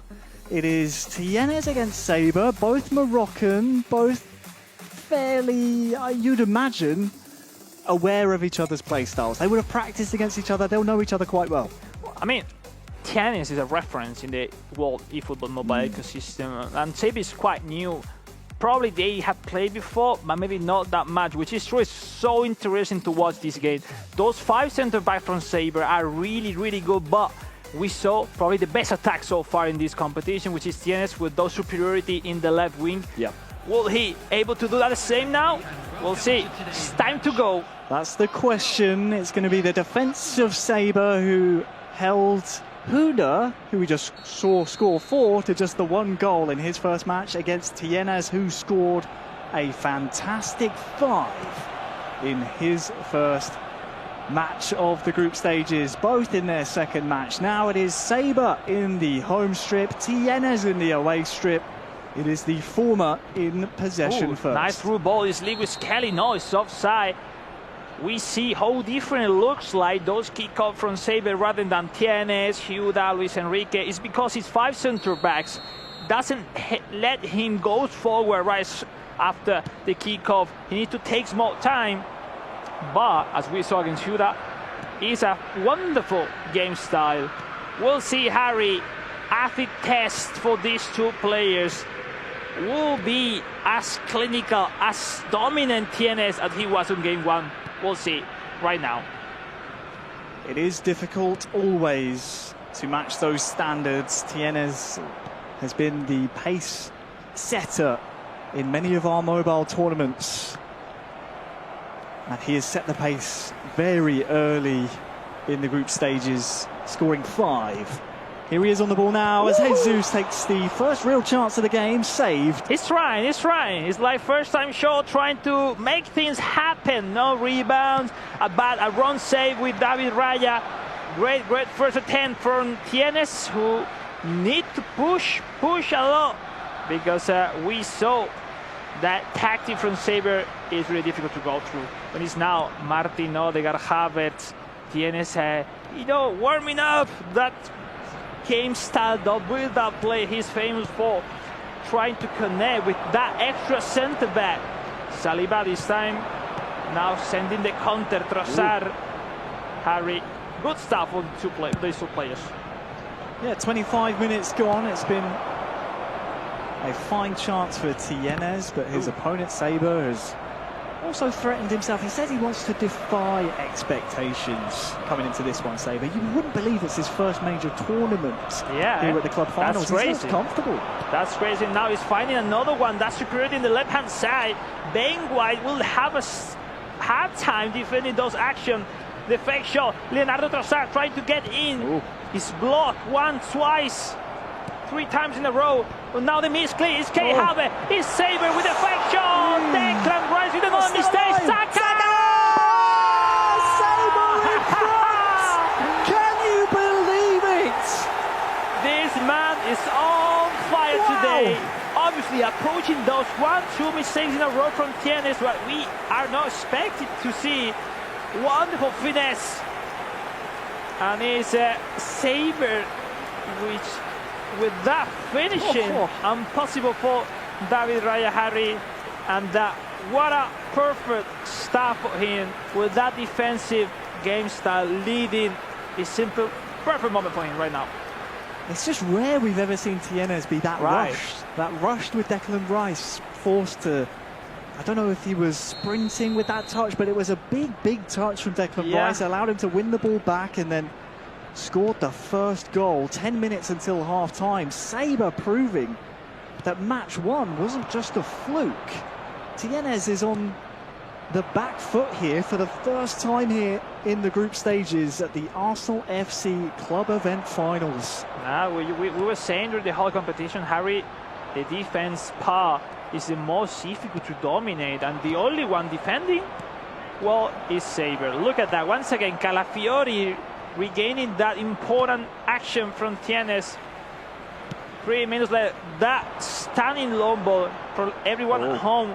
When we go purple bar, it means it's a stunning action, which is more accurate, stronger, but it takes more time to perform. Luis Skrelly towards Havertz in the air! It's the wrong side of the post. What it looks like a goal, it wasn't at the end. That header from Kai Havertz. I know why you reacted, Alex. We've seen him time and time again yeah, the today. net was moving and it was like, oof. But in the air, when Havertz gets that headed opportunity, it's often a goal. It is impressive because he's winning most of the header facing Magallanes and those kind of strong defenders. Wow. That First you half. can't spare from his side. In the books, Saber 1, Tienes 0. Even with that score, I see a really equalized game overall. It was that mistake who have break that balance, no? We'll see if there is some change. I don't think from the side of Saber, which is properly doing his job in this first half. We'll see now, no? Maybe Tienes some advantage tactic switching on right now. The fact is now this break, this halftime gives you a lot of time to think about your action, to calm yourself, visualize what's next, because it's the right time. Tienes, he needs to react. He does, and as the second half is about to kick off, that's the benefit of having experience. You've been in this type of situation in tournaments in the past, so Tienes arguably the most experienced player here in our Arsenal FC Club Event Finals. He would have been here before. Look at that run from Saliba. Saliba is able to recover well. Tienes will have that experience and know how to steady himself. He will have to here because Saber has pushed the pace in the battle for North Africa, Morocco versus Morocco. Now the time to control, to desperate a little bit your opponent. Declan Rice joined the attack with that low pace, but look at that control. That through ball is wonderful. The mistakes, no, this time. Nice, well done. Tienes, we see down screen next to the map, the blue line from Saber is not the through ball. Trossard, the pass by Havertz! And 10 Tienes, Harry, with the equalizer. That is the experience we were talking about. He was realizing how to go through, and finally he managed for first time in this match to go through those strong lines and supporting Saber. The smaller one, Trossard, getting that run. Wonderful pass back. Great finish. He remembered again, Alex, that it was Declan Rice. That means he had a lot of ground to cover. A quick counter, a direct counter was exactly what the doctor ordered for Tienes. Sometimes it happens. This game becomes a chess game, no? If you move out of position, your key cards, your key players as Declan Rice, Thomas Partey, then who's going to defend, Harry? Easy peasy for players as Saint and Tienes, especially with that Leonardo Trossard, AMF card. That position is every single time alone, and especially if the DBF is not there. Yeah, we saw him in that attack, able to shake off the defender, was able to eventually find the pass as well. So valuable having Trossard in those types of areas, has the pace, I love that positioning. That card, those centre forward will keep the attention of the center backs. Yep. If you not manually goes back with the DMF, Trossard of any player in that position is with that freedom, that is so dangerous. It's dangerous. Yep. It is dangerous. And I'm glad. I know we're supposed to be neutral, but I'm glad we've seen a Tienes goal because it sets us up for Different a story now. grandstand finish. A different story is right, Alex. 30 minutes to go, and it is Sabre 1, Tienes 1. Who will score next? Because of this situation, Harry, your mind starts to be thinking in the table rather than in the actual game. True. A draw is not that bad for both of these players, but job's not done, ladies and gentlemen. At minimum 6-7 points will put in you virtually into the grand final, and 30 minutes left, and now the counter for Tienes. Well, here's the it's group overrunning. table as we entered this match. This isn't live as things stand, but you can do the maths yourself. Yeah. Tienes and Sabre both on 3 points, having just seen Huda pick up Ball is 3 on. his own. Oh, quite late. He's losing the timing twice in a row. Tienes will be the chance for Sabre. Could be the attack. The through ball. Timba. In the right moment. Just waiting, Sabre, for Saka to get inside of his man, but was taking a little bit too long to do so, so had to pull the trigger, and now it has led to this position. Martinelli for Tienes. That's a bit rushed. He's having a hard time. There's no chance for him to attack with the right side. He needs to go through the left side every single time. Yeah, there is no control. They both are starting to be quite nervous. Harry, another bad move from Declan Rice. 10 minutes to go, there and thereabouts. They are feeling the pressure. Martinelli back defending for now, and these are rushed mistakes from Tienes, and can Sabre capitalise? Oh! He scores that, Harry. I will jump over the desk. You almost did just then. My goodness. That's why you can't stand off your opponent in this game mode. No one is controlling. Everyone is having another mistake. Another one, and that will be the key. They have the control. He slides and scores. Sabre with 5 minutes to go. He leads Tienes. Wow. Oh. You can't concede those mistakes. I don't know what's going on from Tienes. From the moment he scored his goal, the equalizer, he's completely out of timing of passes in the defense, in the elevate outplay. He looks uncomfortable. Totally, and when it looks everything's so easy in that chance, that sliding finishing from Kai Havertz for Sabre is putting him again on that leading that potentially is sending him through the final. Wow. What a shot for the chances of 8-10 Tienes, Harry. Well, just well done to Sabre, because he had to be patient. It looked like it was Tienes starting to move up the gears, and he is in possession now, but it's been the case of that exact example. It's been rushed mistakes. It's been uncharacteristic from Tienes, and Martinelli. He has won some minutes, 3 minutes left. Survive Ben White. The ball has to go forward as time ticks down. Prisma. Ball is going in the right direction, but there will be one last chance for Tienes. That ball has to go forward quite soon, and it's not soon enough.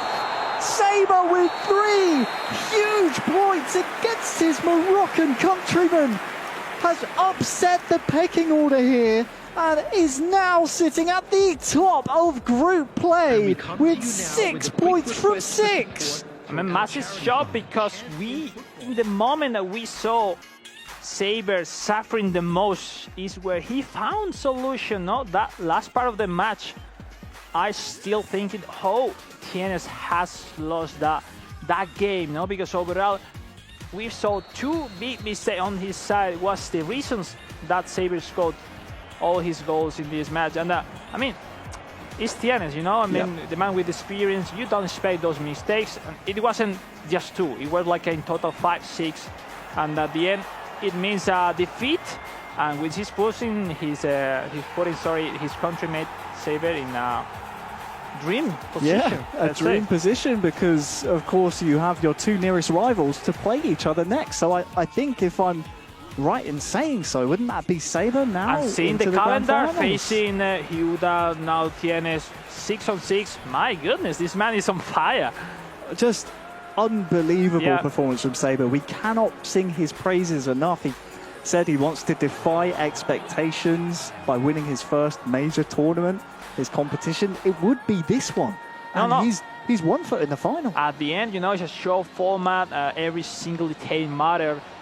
Overall, I would say Tienes wasn't that bad in this game. I think overall, even I would say it was better, but those big mistakes in early build-up play, you can't concede them, and that's my point of view. What happened in this game overall?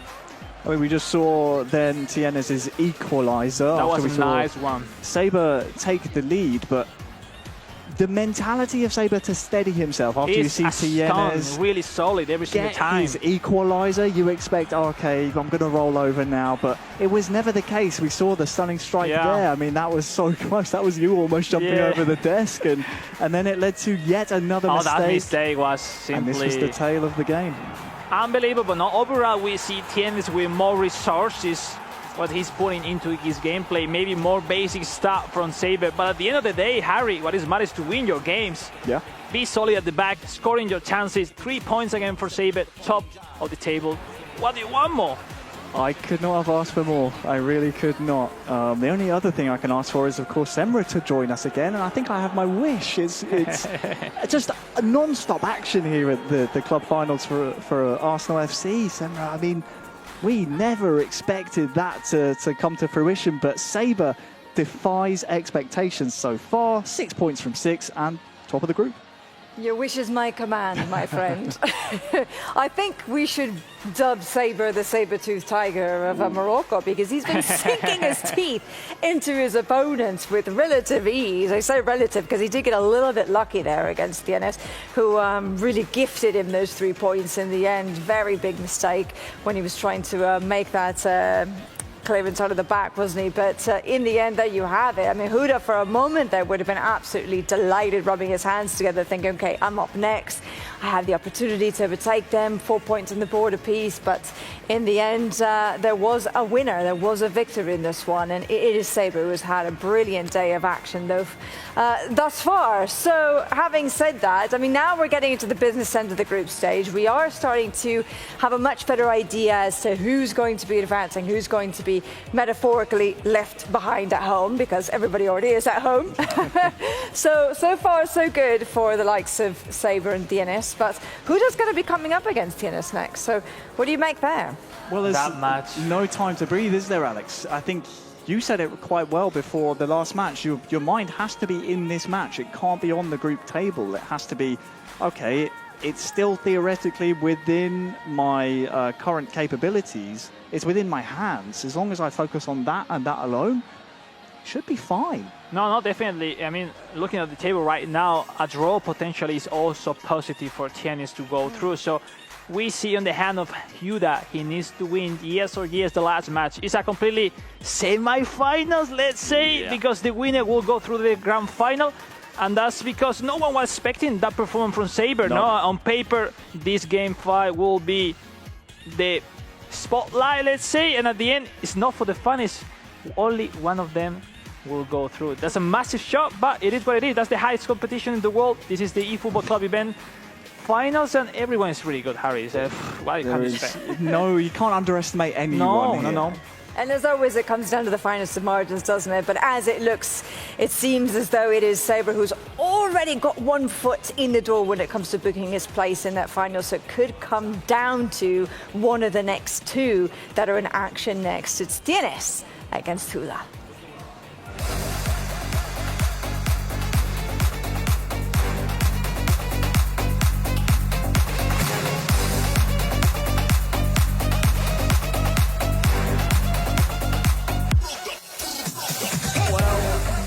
All comes down to this for these two gentlemen in the group stages, Alex. I didn't think I would be saying this at the start of the day just a few hours ago, but this is a win and in the final for either of these two, whereas it could be a case that only one of them and not both. I mean, one of them has to feature. It can't be both. At the end of these two players has been defeated by Saber, so he's well deserved to be in this actual position, but it's not over for them. They have the time, the game to prove it that they want to be in another challenging against Saber at the grand final. But we'll see. Last match of the day, ladies and gentlemen, for these two players, Hyuda and Tienes, Indonesia, Morocco, for a spot into the grand final.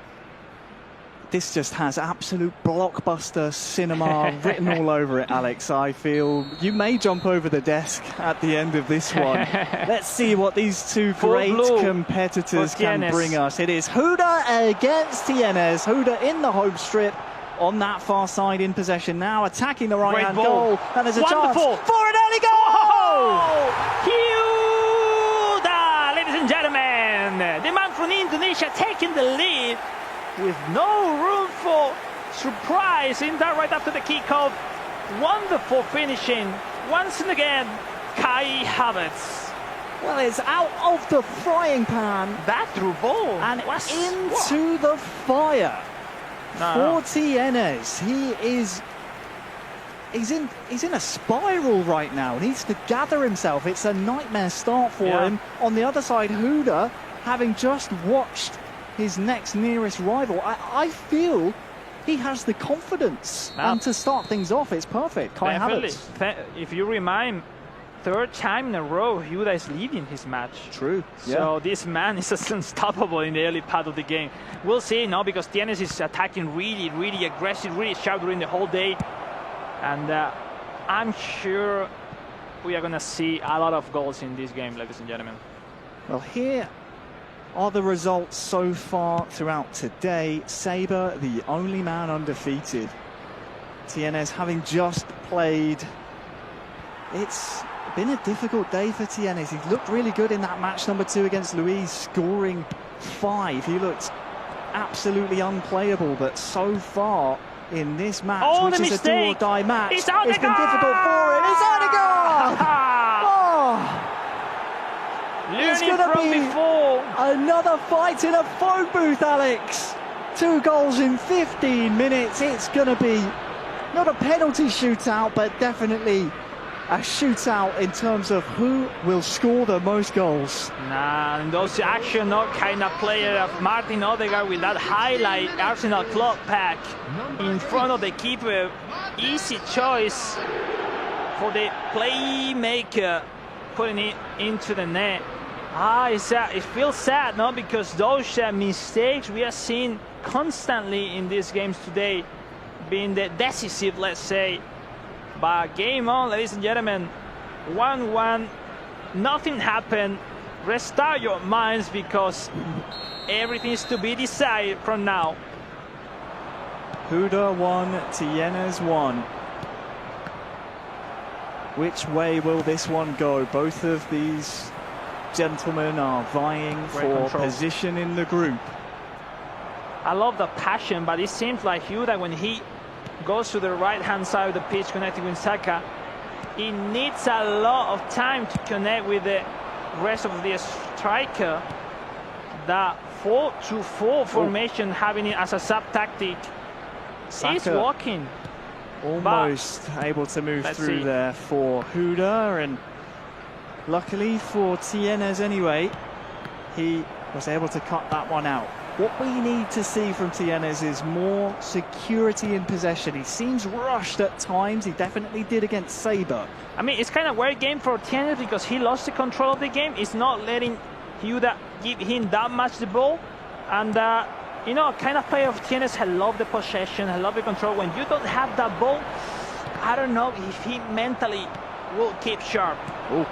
We see that now. For him, though. Nice one. Havertz breaks through, has a man to find in the box, but he has a clearly choice with that lob cross. Still alive for him, Jesus. Back to Havertz, who takes a strike from outside the box. Overthinking Tienes in the last moment. Well, this is the Tienes we know, though. Likes to lay siege to his opponents. Good job by Hyuda, though. And look at these red and white shirts, trying to join the attack. But it's really difficult to keep coming forward. Was able to find Havertz with He's that really pass wide, around the his corner. attack, Harry. And now the through ball, Gabriel Jesus. It's Kai Havertz. It's Tiene!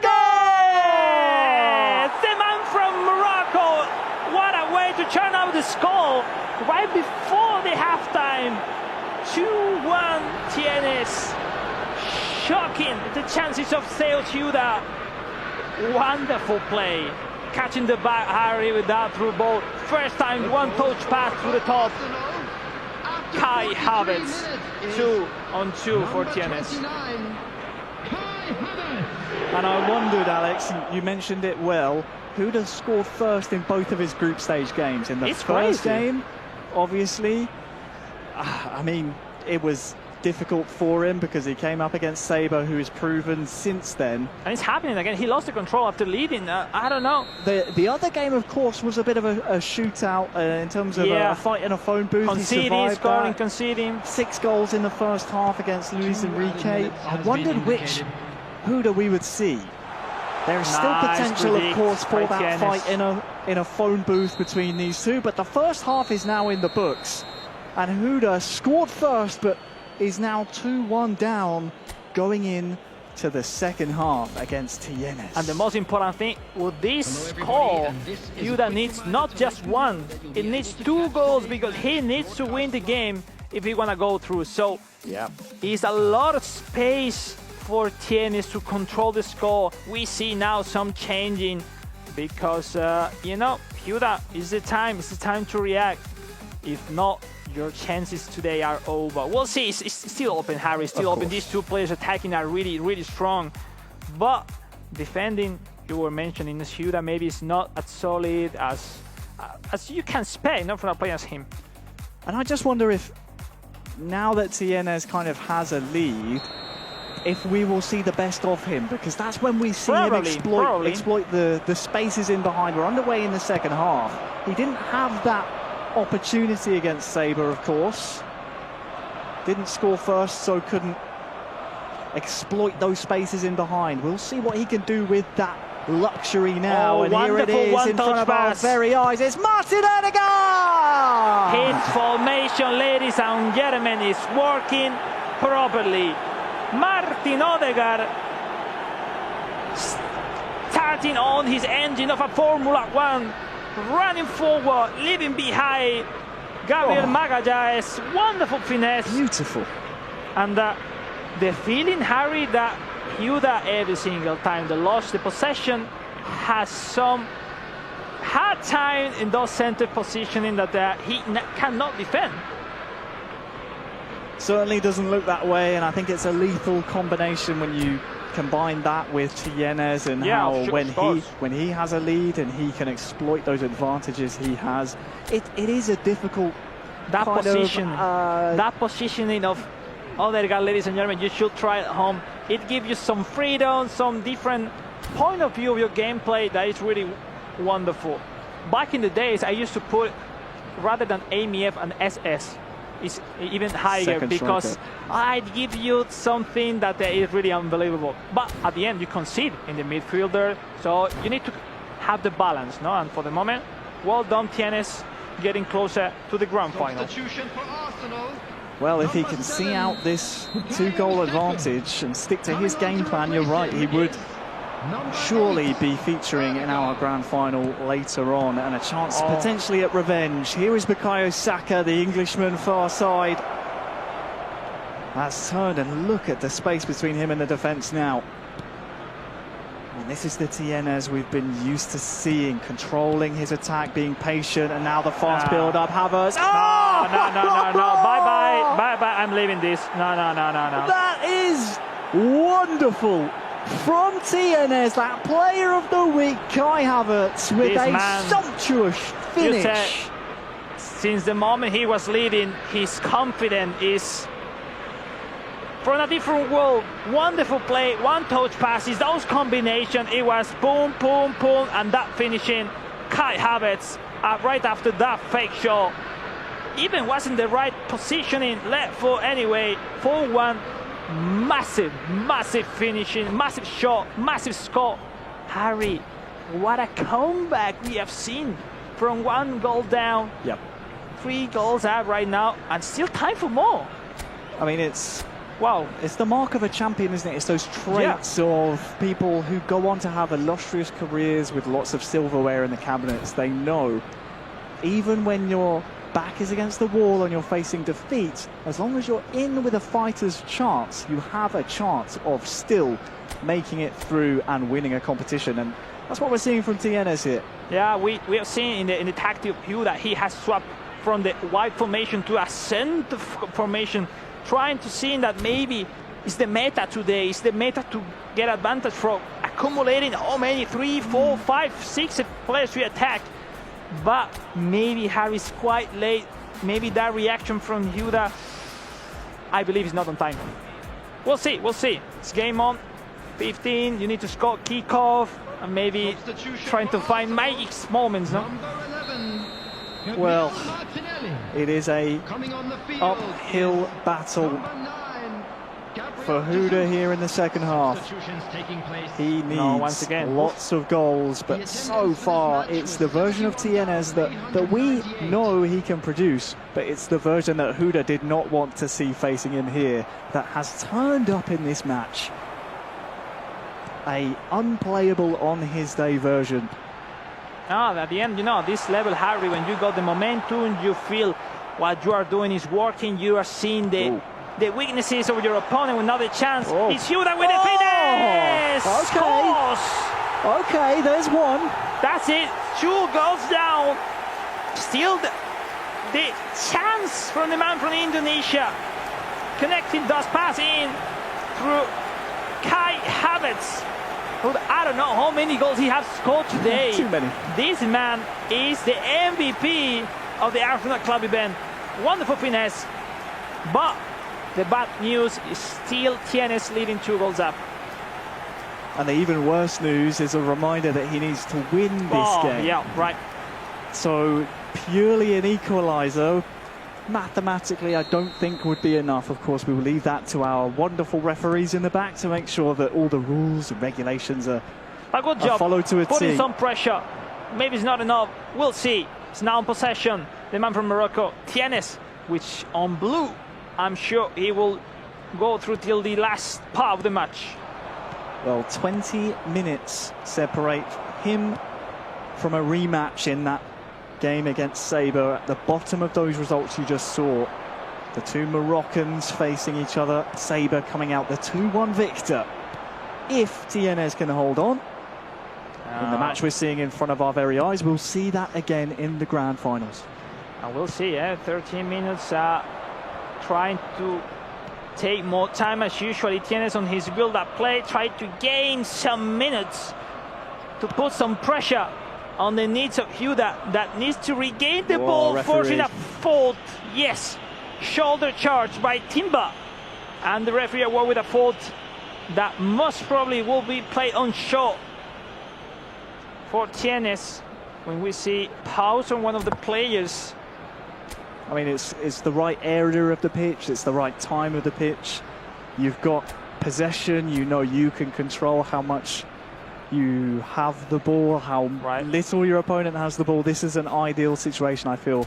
Tienes will be in his element here. But sometimes it's more about time is running, there's not much time to think about what's next. 10 minutes left, free kick. Even if you are Huda defending that free kick, try to prepare in your mindset some 1-2 action. All right, I will be full focus in the center rather than dog with the wings. I will try to connect with Havertz and then wait my teammates going forward. We'll see. Those tips will work properly for him, but we'll see what is now on N10 Tienes. 10 minutes left. The shot! All right, looking for a rebound. That's pretty smart. And now Calafiori with the clear, looking for Odegaard. That's the time, the attack that he was looking for, a counter for Huda. But look at that. Still plenty of defenders from Tienes. Well done, Gabriel. Still on, eh? The second chance for Huda. Join the attack for but it's Huda as not. well, but it's Ladies that and time, gentlemen, that time in the top left, that clock, Alex, it's not in Huda's favour. The Indonesian, I think, will be leaving us here after this result is made official by the referee. He will bow out after 4 rounds of qualifying. Oh, but he wants to go out in a blaze of glory. That was the moment. All the way since October, Alex, we've seen these players compete for the chance to make it here and take the spotlight. Huda has fought valiantly, but will fall in the group stages. Tienes will have his chance at revenge in the grand final. And what it looks like could be a Moroccan final saver, Tienes.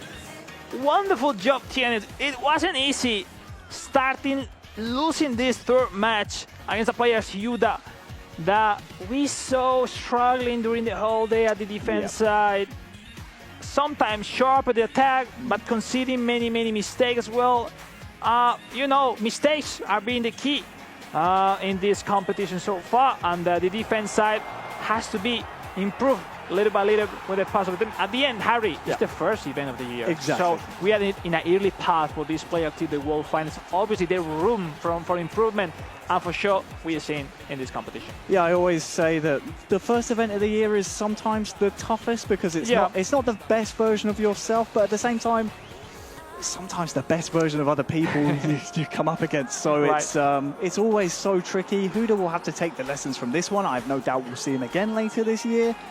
But, I mean, just a fantastic game. From 1-0 down, Tienes had to dig deep and find something within himself. He did that there. Yeah, I mean, Amanda, as Tienes, we know him pretty well. When you speak with him, he's really confident, he's smart, he knows what to do. This was the key of the game. That second goal, that moment, it changed everything, not just in the score, but mentally for Tienes. It gave him a freedom, like, wow, I'm back, I'm leading, so it's my time. And he started to put in some high pressure to Huda that wasn't able to stop. No? So I think that's the key for Tienes. Yeah.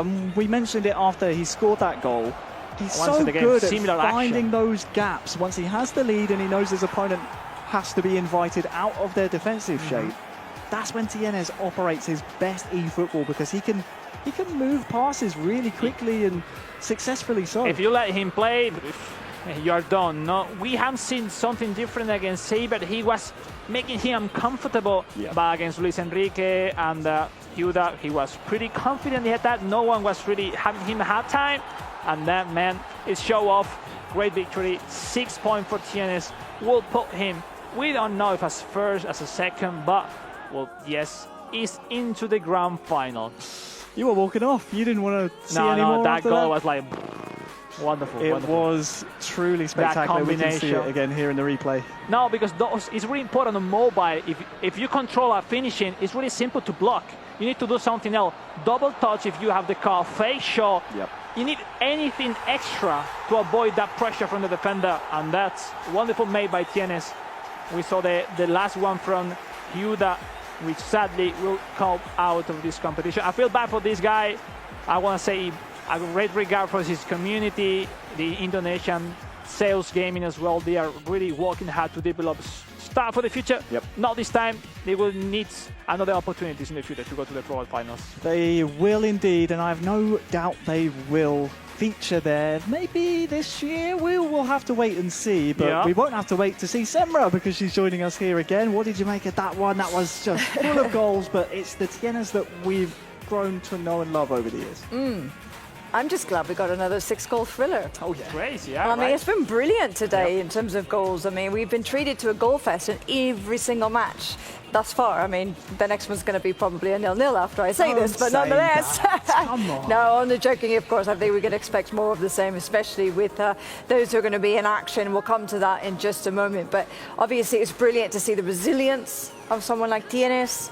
who was able to, against adversity, come back and turn the tide in his favour. And now we do have that all-Moroccan final, which is going to be quite an interesting one indeed. And we will have at least one of the two who will be flying the flag by the end of the day. But when it comes to what we can expect for this final match at the group stage, as we said, it's already determined as to the top two who are going through and those two that are going to be left behind. It's really just a case of Sabre looking to try and regain that place at the top, making it a clean sweep, which would put him and find momentum going into the grand finals. Luis Enrique, in his case, it's more about walking out with a sense of pride and dignity then. What do you think is really there to play for these two in this final match? At the end, it's like a gift, having another chance to be on the streaming, when in the past wasn't easy, it wasn't possible to stream every single match. But today, in the case of Sabre or Luis Enrique playing the streaming, I'm sure these guys will go for it, go for the victory. Yes, not for yourself, for your family, everyone rooting for them will love to see him winning. So we'll see. Nothing on the table, but the pro to beat a potential champion in the side of Luis Enrique, or a warm-up before the finals for Sabre. We'll see. I think lessons are an experience for both of these two. Of course, Sabre has it as somewhat of a warm-up before the grand final, but for Luis Enrique, I feel like we are kind of looking to see him later on this year. There's more club event finals coming. There's, of course, the Open qualification as well. It's time to use this experience. Get these big games on the stream with all the attention on you, under your belt, so that when it comes to this position again, trust you'll find yourself in this position, you'll know how it feels, and you can go that one step further. Both of them looking to sharpen their arsenal for very different... You're good at that. You are good at that. I am good at that, I must say. It does come to me every now and again. Just before we go to this final match, the group stage, I do want to take a moment to take stock on what we've actually seen thus far. This is the first club event finals of the season. There's going to be 5 more after this. We've seen some great competition, plenty of goals, evenly matched encounters as well. But what are some of your main takeaways and highlights? I think it's always fun when we get to these club finals because we get to see how these players throughout the qualification campaigns have been using the in-game player items. We have the player of the weeks, we have like the Jorginho Halloween edition card. The club team selection. So many different variations. Highlights, we see Kai Havertz, obviously the standout here for Arsenal, but when we get to the club events later down the line, we'll see that for all the different clubs. So I think all these cards will be useful for the fans watching us from home when they play with their dream team stuff. All right, I love that. Oh, why not? Play with Jorginho, CF. That's crazy, but obviously working properly in this competition. So that's the best. Learn from the best, learn from the tactics. So those details that the pros made in this game style, and why not? Special card are important too. I've been keeping an eye out. I've been looking out. Kai Havertz, he looks pretty good. I don't think it will make me any better at the game, but you never know. I might try. It could. He scored plenty of goals today. He's had a brilliant day in the office, hasn't he, Kai Havertz? He has indeed. Okay, well, speaking of brilliant days in the office, why don't we very briefly as well, I want to tease the final a little bit. Okay. Because you already kind of mentioned that it could be a chance for vengeance, for a chance for revenge for Guinness from what happened earlier. But based on what we've seen in all of their performances across the board today, do you believe that that's actually going to happen, that he is going to get that vengeance served, or is Sabre just too strong? I don't know. I will say there's a lot of room of improvement from Tienes rather than Sabre. I think Sabre is showing us his full potential from game one, and Tienes is getting better and better. So probably the final, his second opportunity, it will be the decisive one for him. He lost at the final last year. He will be thinking on that one. Oof, it's a tough moment. It's a stun in his path to the World Final again. Very good point. This time last year, the FC Barcelona event finals was the first club event finals on the calendar. Gets all the way to the final, loses on penalties to La Casa. That'll be on Tienes' mind, but I think it would be a disrespect to Sabre if we were to say he's not the favourite after what happened in the group stages. All right, well, a case of deja vu, potentially. Obviously, he does not want that to be on the cards. But nonetheless, let's move right along then, because we've got 5 down, 1 more to go for the group stage. It's Luis Enrique and Sabre.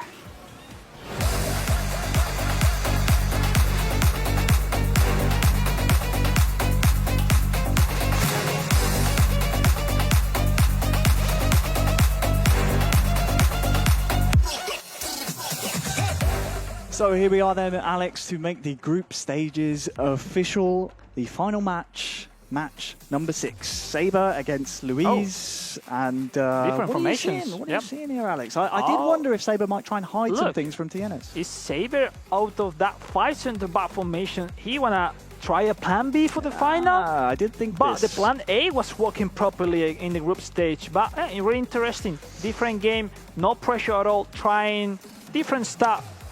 It's interesting, Alex, because I wonder how I would approach the situation, and I'd love to know how you would approach it too, because you can practice a plan B, but bear in mind Tienes will have the opportunity to watch this and study this and think how he can counter it. So do you stick, do you twist, do you hide, do you show, who knows? Let's see details matters, what happens here. Our final game of the group stages, Saber from Morocco against Luis from Brazil. And I would love to see way more from Luis, and I'm sure he wasn't able to show in the first 2 games. Maybe the lack of experience, maybe the nerves. Obviously, the fact that he was facing Huda and later on Tienes. I want to see more from the Brazilian. A great community. The last 2 world champs were from Brazil. El Misterio and Rental. Will they be able to be in next club events? We'll see, Harry, because for the moment, the reigning 2 world champs are not here in the first event of the year. Well, they'll be aiming for 3 in a row this year. But as you said, neither featuring here at the Arsenal FC club event finals. It will be Saber, the Moroccan, in the home strip, and the blue cursor attacking this right-hand goal. And Luis Enrique in the away strip, attacking the left-hand side. Let's try to see any kind of improvement with that new formation from Saber. Way more offensive, way more aggressive, let's say, rather than that 4-5-2-3 that we've seen in the first 2 matches.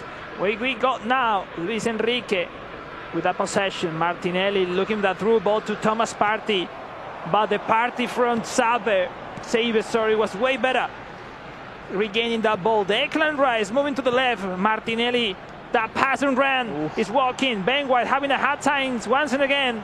Great chance, leaving behind Ben White. The pass back. Magallanes, Partey trying to get in with that through ball, fake shot. The pass in. What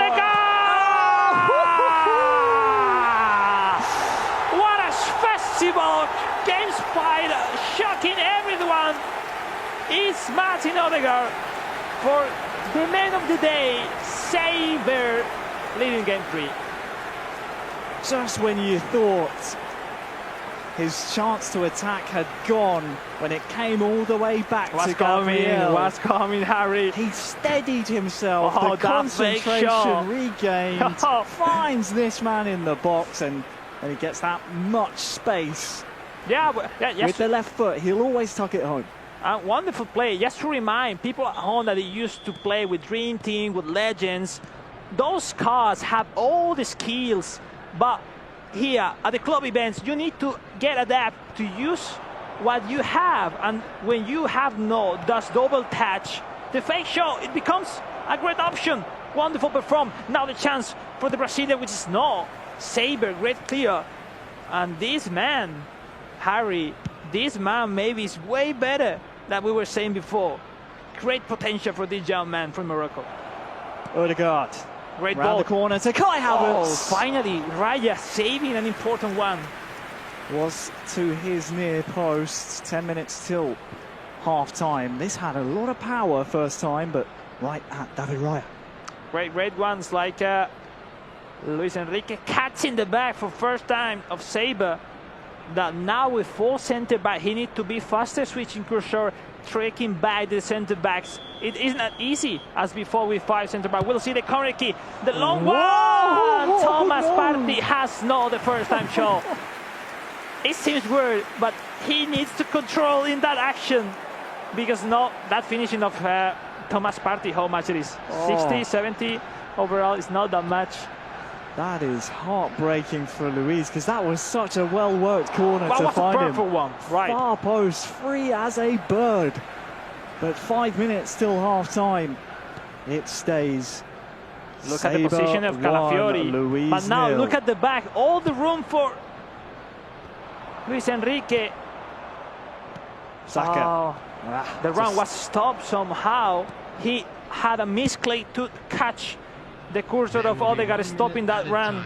The last one will be for Luis Enrique. Can he get the equalizer? No. Saber. So strong defensively, as Saber has been throughout all of today. There is no doubt, Harry, this man defending is the very best from today. And attacking is doing pretty well as well. It means he's the most complete player so far today. But defensively, what do you think he's doing differently that we haven't seen from anyone else here at the club finals? Because he is getting every decision right, timing every tackle, positioning looks good. It's about reading what your opponent is going to do every single time, and he seems really fast reading those movements, taking back the center back to the perfect position with the match at bottom, taking the ball easily. He's doing pretty well. This match, we said before, is not as important as the next one he will have at the grand final, but it's a great warm-up. He is probably using the plan B in case he's losing again in the grand final, so it's that bad. Great information for you guys at home. This is the top from the top of eFootball worldwide mobile scene. And now the kickoff for the Brazilian, which is now an offside, Bukayo Saka, the captain. And the feeling, the game and game, you say, maybe it's a great opportunity to him to know what it is to be at the world stage. Maybe in the future, we'll keep seeing him further opportunities. But today, it's a great leadership from the man from Brazil. I mean, let's put it this way. He's not here by accident. Obviously not. He deserves to be at this winning level. in America's qualifiers. That's a so tough region. Really. Incredibly tough. Really tough. So I have no doubt Luis will be in the mix. We'll see him again this year. I have no doubt about that. But for now, it's about the experience, about getting those repetitions in, and another mistake. It's some of the best practice you can get as well, playing against some of the best players in the world with this kind of atmosphere, even though you're at home. That's a great point, because people don't realize that a game played in this competition, the atmosphere of the game, the feeling, the pressure, the intensity. When now is the moment for Luis to get the equalizer. No! Rushing that much. Really smart from Saber, running out with the keeper, pretending that surprise his opponent. Wonderful job, Saber, even with the goalkeeper. Well done. Difficult. Obviously, when you look back, you can think, maybe I should have taken that strike on, but there's so many things to try and calculate. He's still in possession here, has just lost it. But you could see his intention, try and play it to the player on the near side, get the angle on the goal. But here is where Saber comes forward. Look at the speed. Bukayo Saka.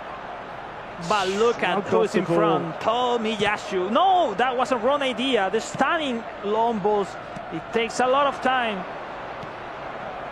But maybe we're in the best moment so far of Luis Enrique in this competition. Can he score?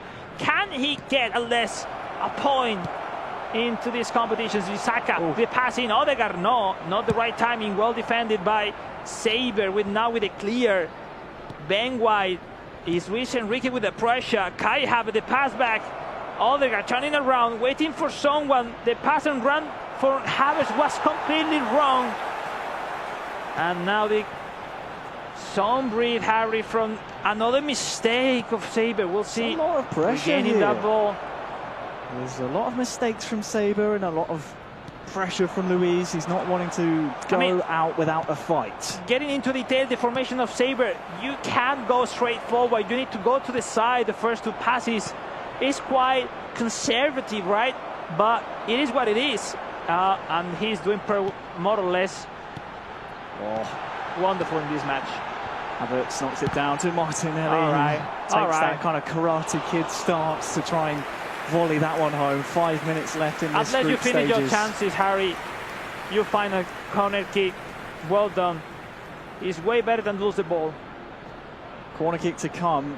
And I wonder psychologically, just thinking about it, if Saber isn't trying to practice with plan B, but instead hide plan A. He knows Tienes is watching. He knows Tienes is waiting. Right. He'll be watching this. And I wonder whether or not we're seeing Saber yeah, maybe practice plan B, but more importantly, at the end, plan A. if you remember, Tienes was having the control of the match. Maybe Saber was like, all right, I won that game, but I didn't have the control. So maybe having those winger, I can have the possession, putting some more difficulties to Tienes. Maybe even with that victory, he's thinking on that solution. Yeah. We'll see. It's fascinating. Yeah. Even though great. some people might think this is a dead rubber match, this doesn't mean anything. Fight every battle, Mind games, always, mind at games, all ladies and times. gentlemen. Here we go then, 5 minutes to go. Saber with the corner on the near side. Looks like it'll be the in-swinger.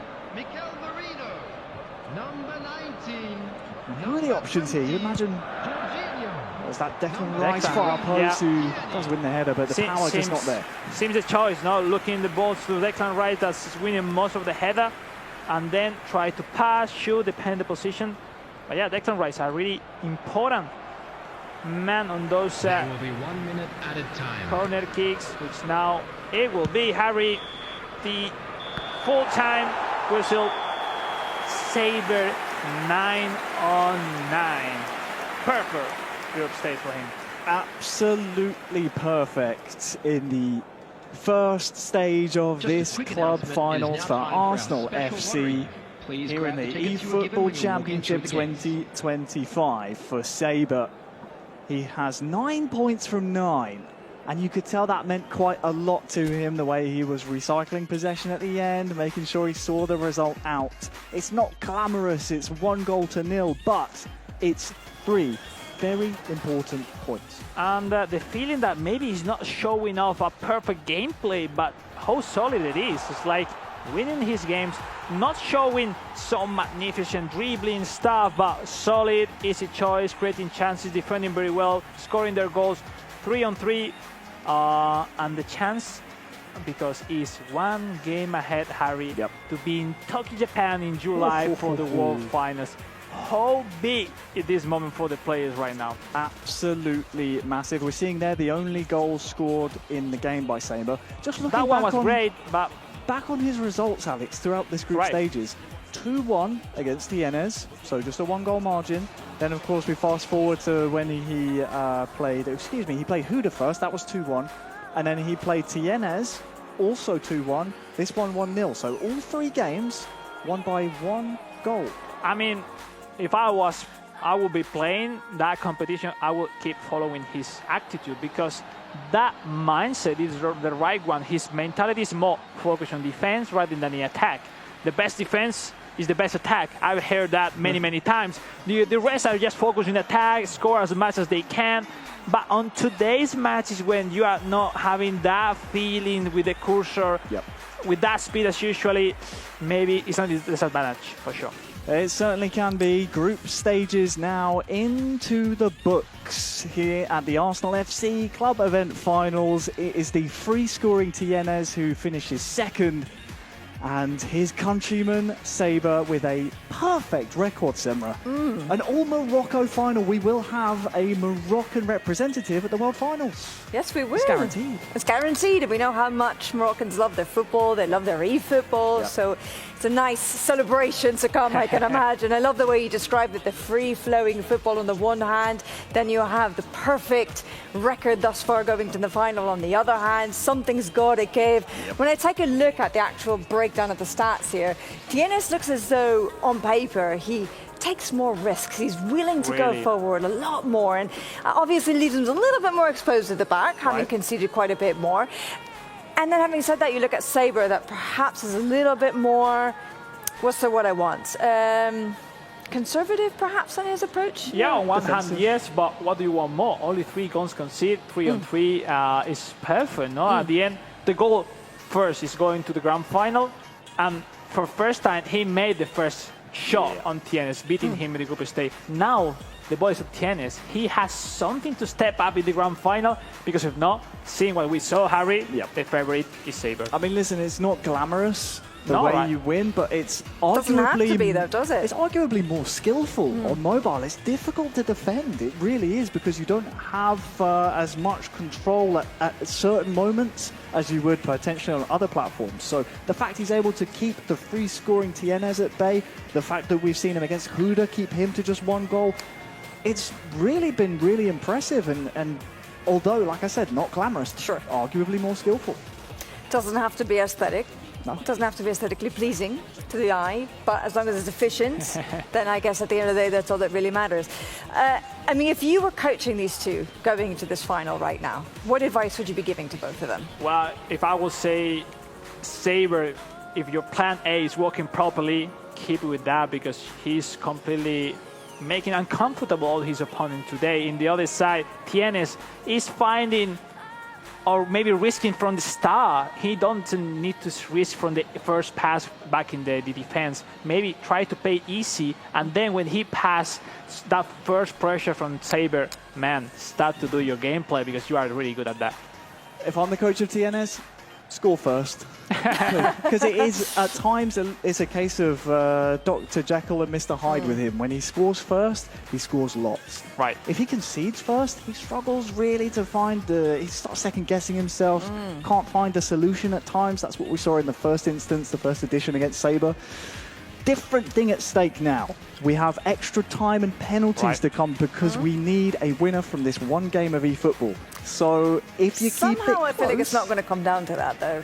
never know. Will be a close match. This time last year, we did see it come down to the penalty shootout between he and La Casa at the Barcelona Club event finals. So stranger things have happened. You just don't know. I bet Tienes want to win in 90 minutes, right, 100%. Okay. So we'll see if things goes further to the extra time, penalties, who knows.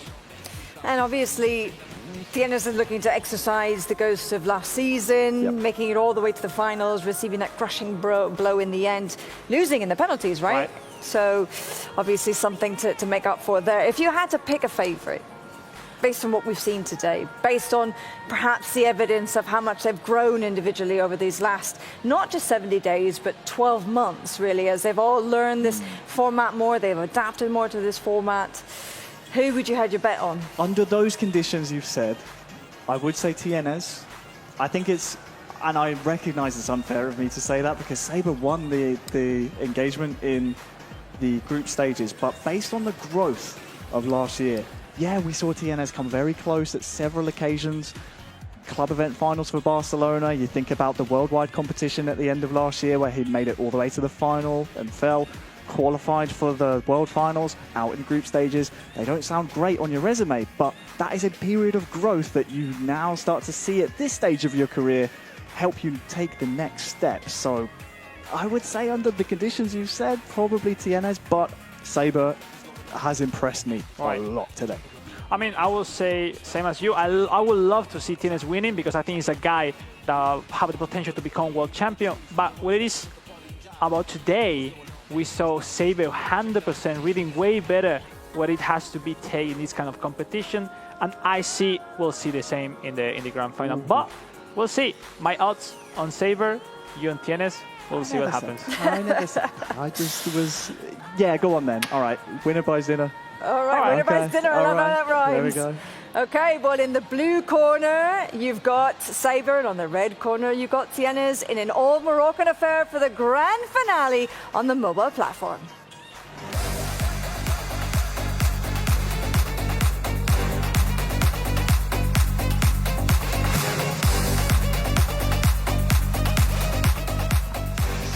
Yes, it all comes down to this. The 5 centre backs. Final of the mobile platform of Arsenal FC, our first club event finals of the eFootball Championship season 2025. We're still roughly 5 months away from the World Finals, but we're about to find our first member of that World Finals. Will it be Saber? Will it be Tienes? Will you go hungry? Will I go hungry? Who's going to buy dinner? We're not sure, but Alex, what did you make of the tactics we just saw? You noted 5 centre-backs. Right, we are back with the 5 centre-back from Saber.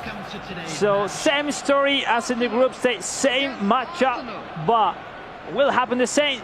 Let's see the grand final to decide who's gonna be the Arsenal FC representative in Tokyo, Japan. Here we go. For the world finals, Harry. We are underway. It is Saber in possession now in the home strip. It is Tienes, as he has been, I believe, throughout all of today, in the changed all-black kit for Arsenal FC. And at the end of this match, we will have our first world finalist. We'll see. Great attempt. Still a kickoff. Was getting closer. Saber, I'll be thinking too much with Thomas Partey, which, if you have played with Arsenal, is not that skiller. So you need to take it easy with him. He is rather than a player to block, defend, and attack, but be not that much a playmaker. But now is a chance. It's Tienes, the pass in. Calafiori cleared the ball. Well, both men, of course, from the nation Ben White, nicknamed the Atlas Lions. On one side, you had Saber entering today saying, "I'm ready to defy expectations." He has done just that. This is his first major competition, the club event finals. He is just this game away from going to the world finals. Has to defend this though. Odegaard, back to Kai Havertz. Calafiori again. Calafiori steps almost in. Having that shot, that finishing with Kai Havertz. The fake shot, Gabriel Jesus! No! What it looks like an easy goal from Gabriel Jesus. That player of the week. Right after that wonderful fake shot to open some angle to that shooting. First advice from the man from Morocco, Einten Tienes, that is pushing on his countrymate Saber. Is saying like, what happened in group stage will not happen again. But we'll see. It is a different match here in the grand final. As I mentioned before, penalties, extra time, all another of the above. If we need, as Jesus gets another chance at a strike, cleared smartly, I think, away by Saber. A bit of breathing room now as Tienes will start again. Saka, the captain, the Englishman near side. Back to his countryman Rice. Jesus, Havertz, Tienes now really building well. Havertz still going here. It's Jesus! Oh! Tienes in front! Oh my goodness! Wasn't clearly the best for Saber clearing that ball. And that clear from the defender, it turns in a shot from Tienes. Gabriel Jesus taking the lead, ladies and gentlemen. What a shot! Wow. We saw really conservative Saber, leaving a lot of space for Tienes to move around back and forth. That action was nice. Unlucky. Sometimes you need that bit of luck. And Tienes, he hung in there. He kept alive. As long as Saber didn't have the opportunity to clear this ball, he had the faith it would come to him. The only choice for Saber was to clear the ball looking to his corner, because he was looking to clear the ball to the other side, and that was let Gabriel Jesus with the fingers, with the foot, getting that shot. And that's a shot. Now the reaction from Saber, that different story, and now he needs to turn off the score. Well, Lewis Skrelly is seemingly the target man, the catalyst of these attacks, but Tienes, when he scores first, that is when he is most dangerous, Alex, so we will need to see. And he's feeling comfortable, Harry, since the moment against Huda, after the second goal. I think this man has changed the click mentally, but now the response is offside. That was a nice one from Saber. How important is to win this game? We're seeing Lewis Skrelly on that left side for Saber. I wonder if maybe he's saving something on the bench to play on that far side. I'm trying to think who's missing from his lineup here. We'll have to take a look at some point. For now, though, Kai Havertz down the middle. I wonder, is it Martinelli that might come on for him in the second half? Maybe a bit of an injection of pace. We'll have to wait and see. For now, Martinelli. Plenty of options already. It's just a half-time. Is in the books. It's just a half-time. Isn't that bad? But we clearly see on the stats, not 3-0 in terms of shots. And maybe we are seeing now the moment through swap from 5 to 4-4-2. We'll see. It's really important, this match, because can change your path in this eFootball esports season, because don't really know, Harry, if you're going to have another opportunity as this one being in a club event, because yeah, you said there's a total 6, but it's really difficult to win on your region. So potentially you are 1 game ahead to go to the World Finals, or maybe your last opportunity this season. Who knows? The moment is now. That's what I love. I love about this format. I love about the eFootball Championship 2025. It's not just 1 tournament. It's not 2 tournaments. It's essentially 3 different tournaments just to make it to the World Finals. Speaking of, 45 minutes separate Tienes from a second successive year there. Kai Havertz. No, there's no room for that. Keep running. Maybe a missed input there. That would have been a golden opportunity at the start of the second half to get his equaliser. He lost all the advantage he got with that run of Havertz. Because, you know, Harry, it's not the same. The nerves being played in the group stage compared to the grand final for a spot in the World Championship. Nice block. A different story. He's stepping up. More intensity, more intention to attack from Saber. He wants the equaliser, but nice response from Tienes, blocking and beat that man defending that we haven't seen before. Well, this is where you have to think back to that game we just saw, where Saber was maybe hiding plan A, was maybe trying plan B. Tienes has to be able to adapt to the adaptations on the other side from Saber. Of course, they're no doubt practice partners, they're countrymen. They'll it's not Declan Rice. Practice against each this other. This time is kicking. So they'll know the tactics well. Here's Going Declan Rice. No, Magalhães. Oh! Corner comes to nothing, but they're countrymen, so they'll know each other's game plans pretty well. Tienes, though, is able to survive the corner and try and move the territory up the pitch. On time. Half an hour to go. We're going to see more goals, Harry. An equaliser. We are going to see more goals. A reminder, extra time and penalties at the end of 90 minutes if we need them. So far, so good, though, if you're a fan of Anten Tienes. We'll see. Anything can happen, ladies and gentlemen. No substitution already until the ball goes out. The chance for Saber, looking for a cross. The pass in, Havertz and David Raya. Much better from Saber, starting to build now in an attacking Look at the sense. pressure. Calafiori, is the time. The attack he was looking for, the rebound is still on fire for him. Saka, far Timber, side. the stunning cross, deflected by himself. Yeah, by Timber, managed by Tienes. Look at this pressure coming from Saber. Finally, we're seeing Tienes break out, but it's one Time back. Is running, Harry. The press is good. You're right. 15 minutes to go. Lewis Skrelly near side. Trossard back to him. But he's getting options. A Look at that. breakthrough. The stunning cross straight into the hands of David Raya, and that is exactly where Tienes wants the ball to be. 10 minutes. It is funny because he's having a hard time defending. He's struggling Tienes in some part of the pitch, but time is running.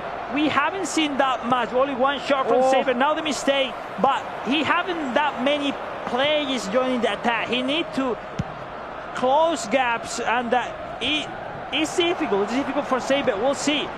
Could be now. He was flawless in the group stages, is staring down for the first time today the barrel of defeat, and it would be a heartbreaking one too. Here at seconds closer to become the first world finalist. Harry Tienes with the ball to score. The finish! No! This will be surely the last chance for Saber. There's no minutes added on. Tienes. The ball goes forward. And we have our first world finalists. It comes in the way of Arsenal FC's new mobile representative, Anten Tienes from Morocco.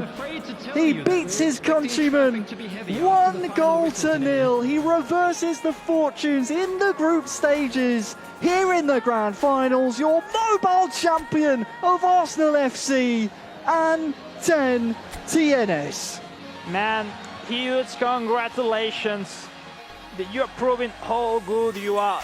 We were saying the revenge has arrived, and the perform and the respond and the moment to step up has in the right moment. Great victory This man last year has lost a grand final. Even with that, he went to the World Finals, and now this 2025 season will be the first ever player to get into the World Finals, and that means he has from now till July to prepare, to analyze opponents. You know the team you're going to use. That's a great advantage, ladies and gentlemen. That's a great one. Huge advantage. A massive congratulations to Tienes. This time last year at the first club event, FC Barcelona made it to the final, lost on penalties. I wonder if we're able to follow this thread through this season, track the progress of Tienes, and when it gets to July, we go to Japan, we look at how the World Finals plays out. If him going one step further in this event will carry on through to the World Finals, and if this could be the year we see Tienes break through and stamp his name on eFootball mobile esports, it's possible. No, obviously it's possible, and it will be a Katita contender back then in Japan. I love to see how important is the experience. We said before, even in short format as this one, we saw Tienes having a hard time in some part of the competition, but he was able to be with that mental spot to be performing usually, and not Saber, that maybe he was like not having those nerves, not confident in the right moment how it was the grand final. Overall, even with that rebound goal from Tienes, I think Tienes was a wonderful champion, deserved victory. I'm happy, so happy for this guy. The good thing is Morocco will be happy today, you know, whatever it happens between Saber and Tienes this time. For Tienes side, and Saber, let me say, Harry, he has a full potential to be already in the World Finals in the upcoming competition. Great guy, great player. But only one can win, and that's all. Sadly for Saber, that's the case. A moment to talk about him. He came into today wanting to defy expectations. He did that and then some. Flawless in the group stages. Fell at the final hurdle. Tough for him to stomach, but the day belongs to one man. Right. And it's the man behind you. 8 and 10 Tienes. Not literally. I should get out of the way because I was actually blocking him just a second ago. Yes, it belongs to this man right here. Tienes, congratulations to you. Obviously, job well done. A nice little twisted sail, if you will, considering as though it seemed like Saber was going to sail his way through after 3 victories on the spin. Absolutely brilliant start of the day for him all the way up until the end. Tienes, however, able to rectify what he was unable to do last season. He does finally manage to get his hands virtually on this trophy. He will have it physically on the trophy soon enough, but he has also booked himself that golden ticket to Japan, and a worthy winner in the end. So congratulations to you. What have you guys made of the day overall, now that it's come to a conclusion? I mean, we always enter these club finals, don't we, Alex? We say we want to see new stars start to emerge. Sometimes it's the known quantity that comes through and reminds us why they are the known quantity and why we pick them up as favourites. That happened here today, but I think the former happened as well. We saw the likes of Saber come through. We saw Huda stamp his authority early on in the group stages. We saw Luisa as well, Enrique, who I think neither of us will be surprised if we see any of these names feature at future club event finals, open finals, world finals. These names, they're all young. The oldest player here is 23 years old. So as long as these competitions keep going, we'll see these names for years to come. Well, it's like a virtuous cycle upwards, isn't it? Because the more you play in these competitions, the more experience that you get, the more understanding of how it works, the more game time, gameplay you accumulate as well. And then eventually it does start creating this kind of pool of familiar faces over time. Yeah, I would love to see much opportunity, you know, for Huda, for Sebe, because this player deserves more after what they showed today. The potential being the World Finals for them will be huge, but you know, you never know when this opportunity will arrive in this season. No, the competitiveness that we have in every region is harder and harder with the pass of the time. Asia, especially Americas, is full of talent in eFootball Mobile. So, damn, those qualifiers are insane. No? We'll be back to Americas, having the reigning 2 world champ, Miserio and Rentao, missing on this competition this year. Will they be able to come in the next one? You never know. And that's it. I think at the end, happy for Tienes, happy for everyone who made it to this competition. I hope they get some good leadership from the future. And the man who made it, keep going, man. It's a good 2025 season for you, and I hope he approaches it. He certainly starts 2025 with a bang. There's no question about that. Listen, any final thoughts just before we go here? I mean, the day belongs to the man behind you. Of course, he is the champion. Now, I almost feel, knowing his mentality, will be a little disappointed that he now has 5 months to wait until the World Finals. Tough, I think it's kind of tough to have to wait for so long. Compete, you know, he likes to compete. Right? He likes to be the man that is in the spotlight, is taking on tough opponents. So I'm sure he'll find sparring partners, though. Yeah, but more practices rather than competition, or less official ones. So it's a difficult one. You're right. I think he'll be disappointed in that, but obviously he'll also be happy he got the job done at the first chance of asking. I mean, how beautiful is the trophy, ladies and gentlemen? It's a wonderful. The good things is like esports are back, another season kick off. We still plenty of more opportunity for all of you guys back at home, still on time to get into a spot into the World Finals. The good things, I'd love to see how unpredictable are these kind of events. In my mindset, I have some prediction at the beginning. Somehow, I saw Saber like, oh, this man is unstoppable. But at the end, the experience, it takes by themselves, and a great victory. And the good thing is, like, I love what is esports. They love it. Thanks to Konami, everyone putting the job into these kind of opportunities, because it's a life-changing for these guys, travel around the world, being professional, and, you know, being representing Arsenal at the World Final.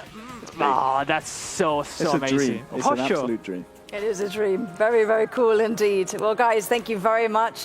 It's been a pleasure, as always. Thank you to Konami. Thank you to Adrenaline for helping us to kickstart this brand new season that is going to absolutely sparkle and shine just the way that it has for today. And thank you to all of you as well for being here with us. Please stay tuned. We'll keep you updated as to the next club event finals, and it's going to be coming up very soon. So make sure that you have a look on all of our social media platforms, as well as our official website too, and you can find out more information as to the relevant date and time as it is determined. Until then, take care wherever you are in the world, and we'll see you very soon indeed. Adios.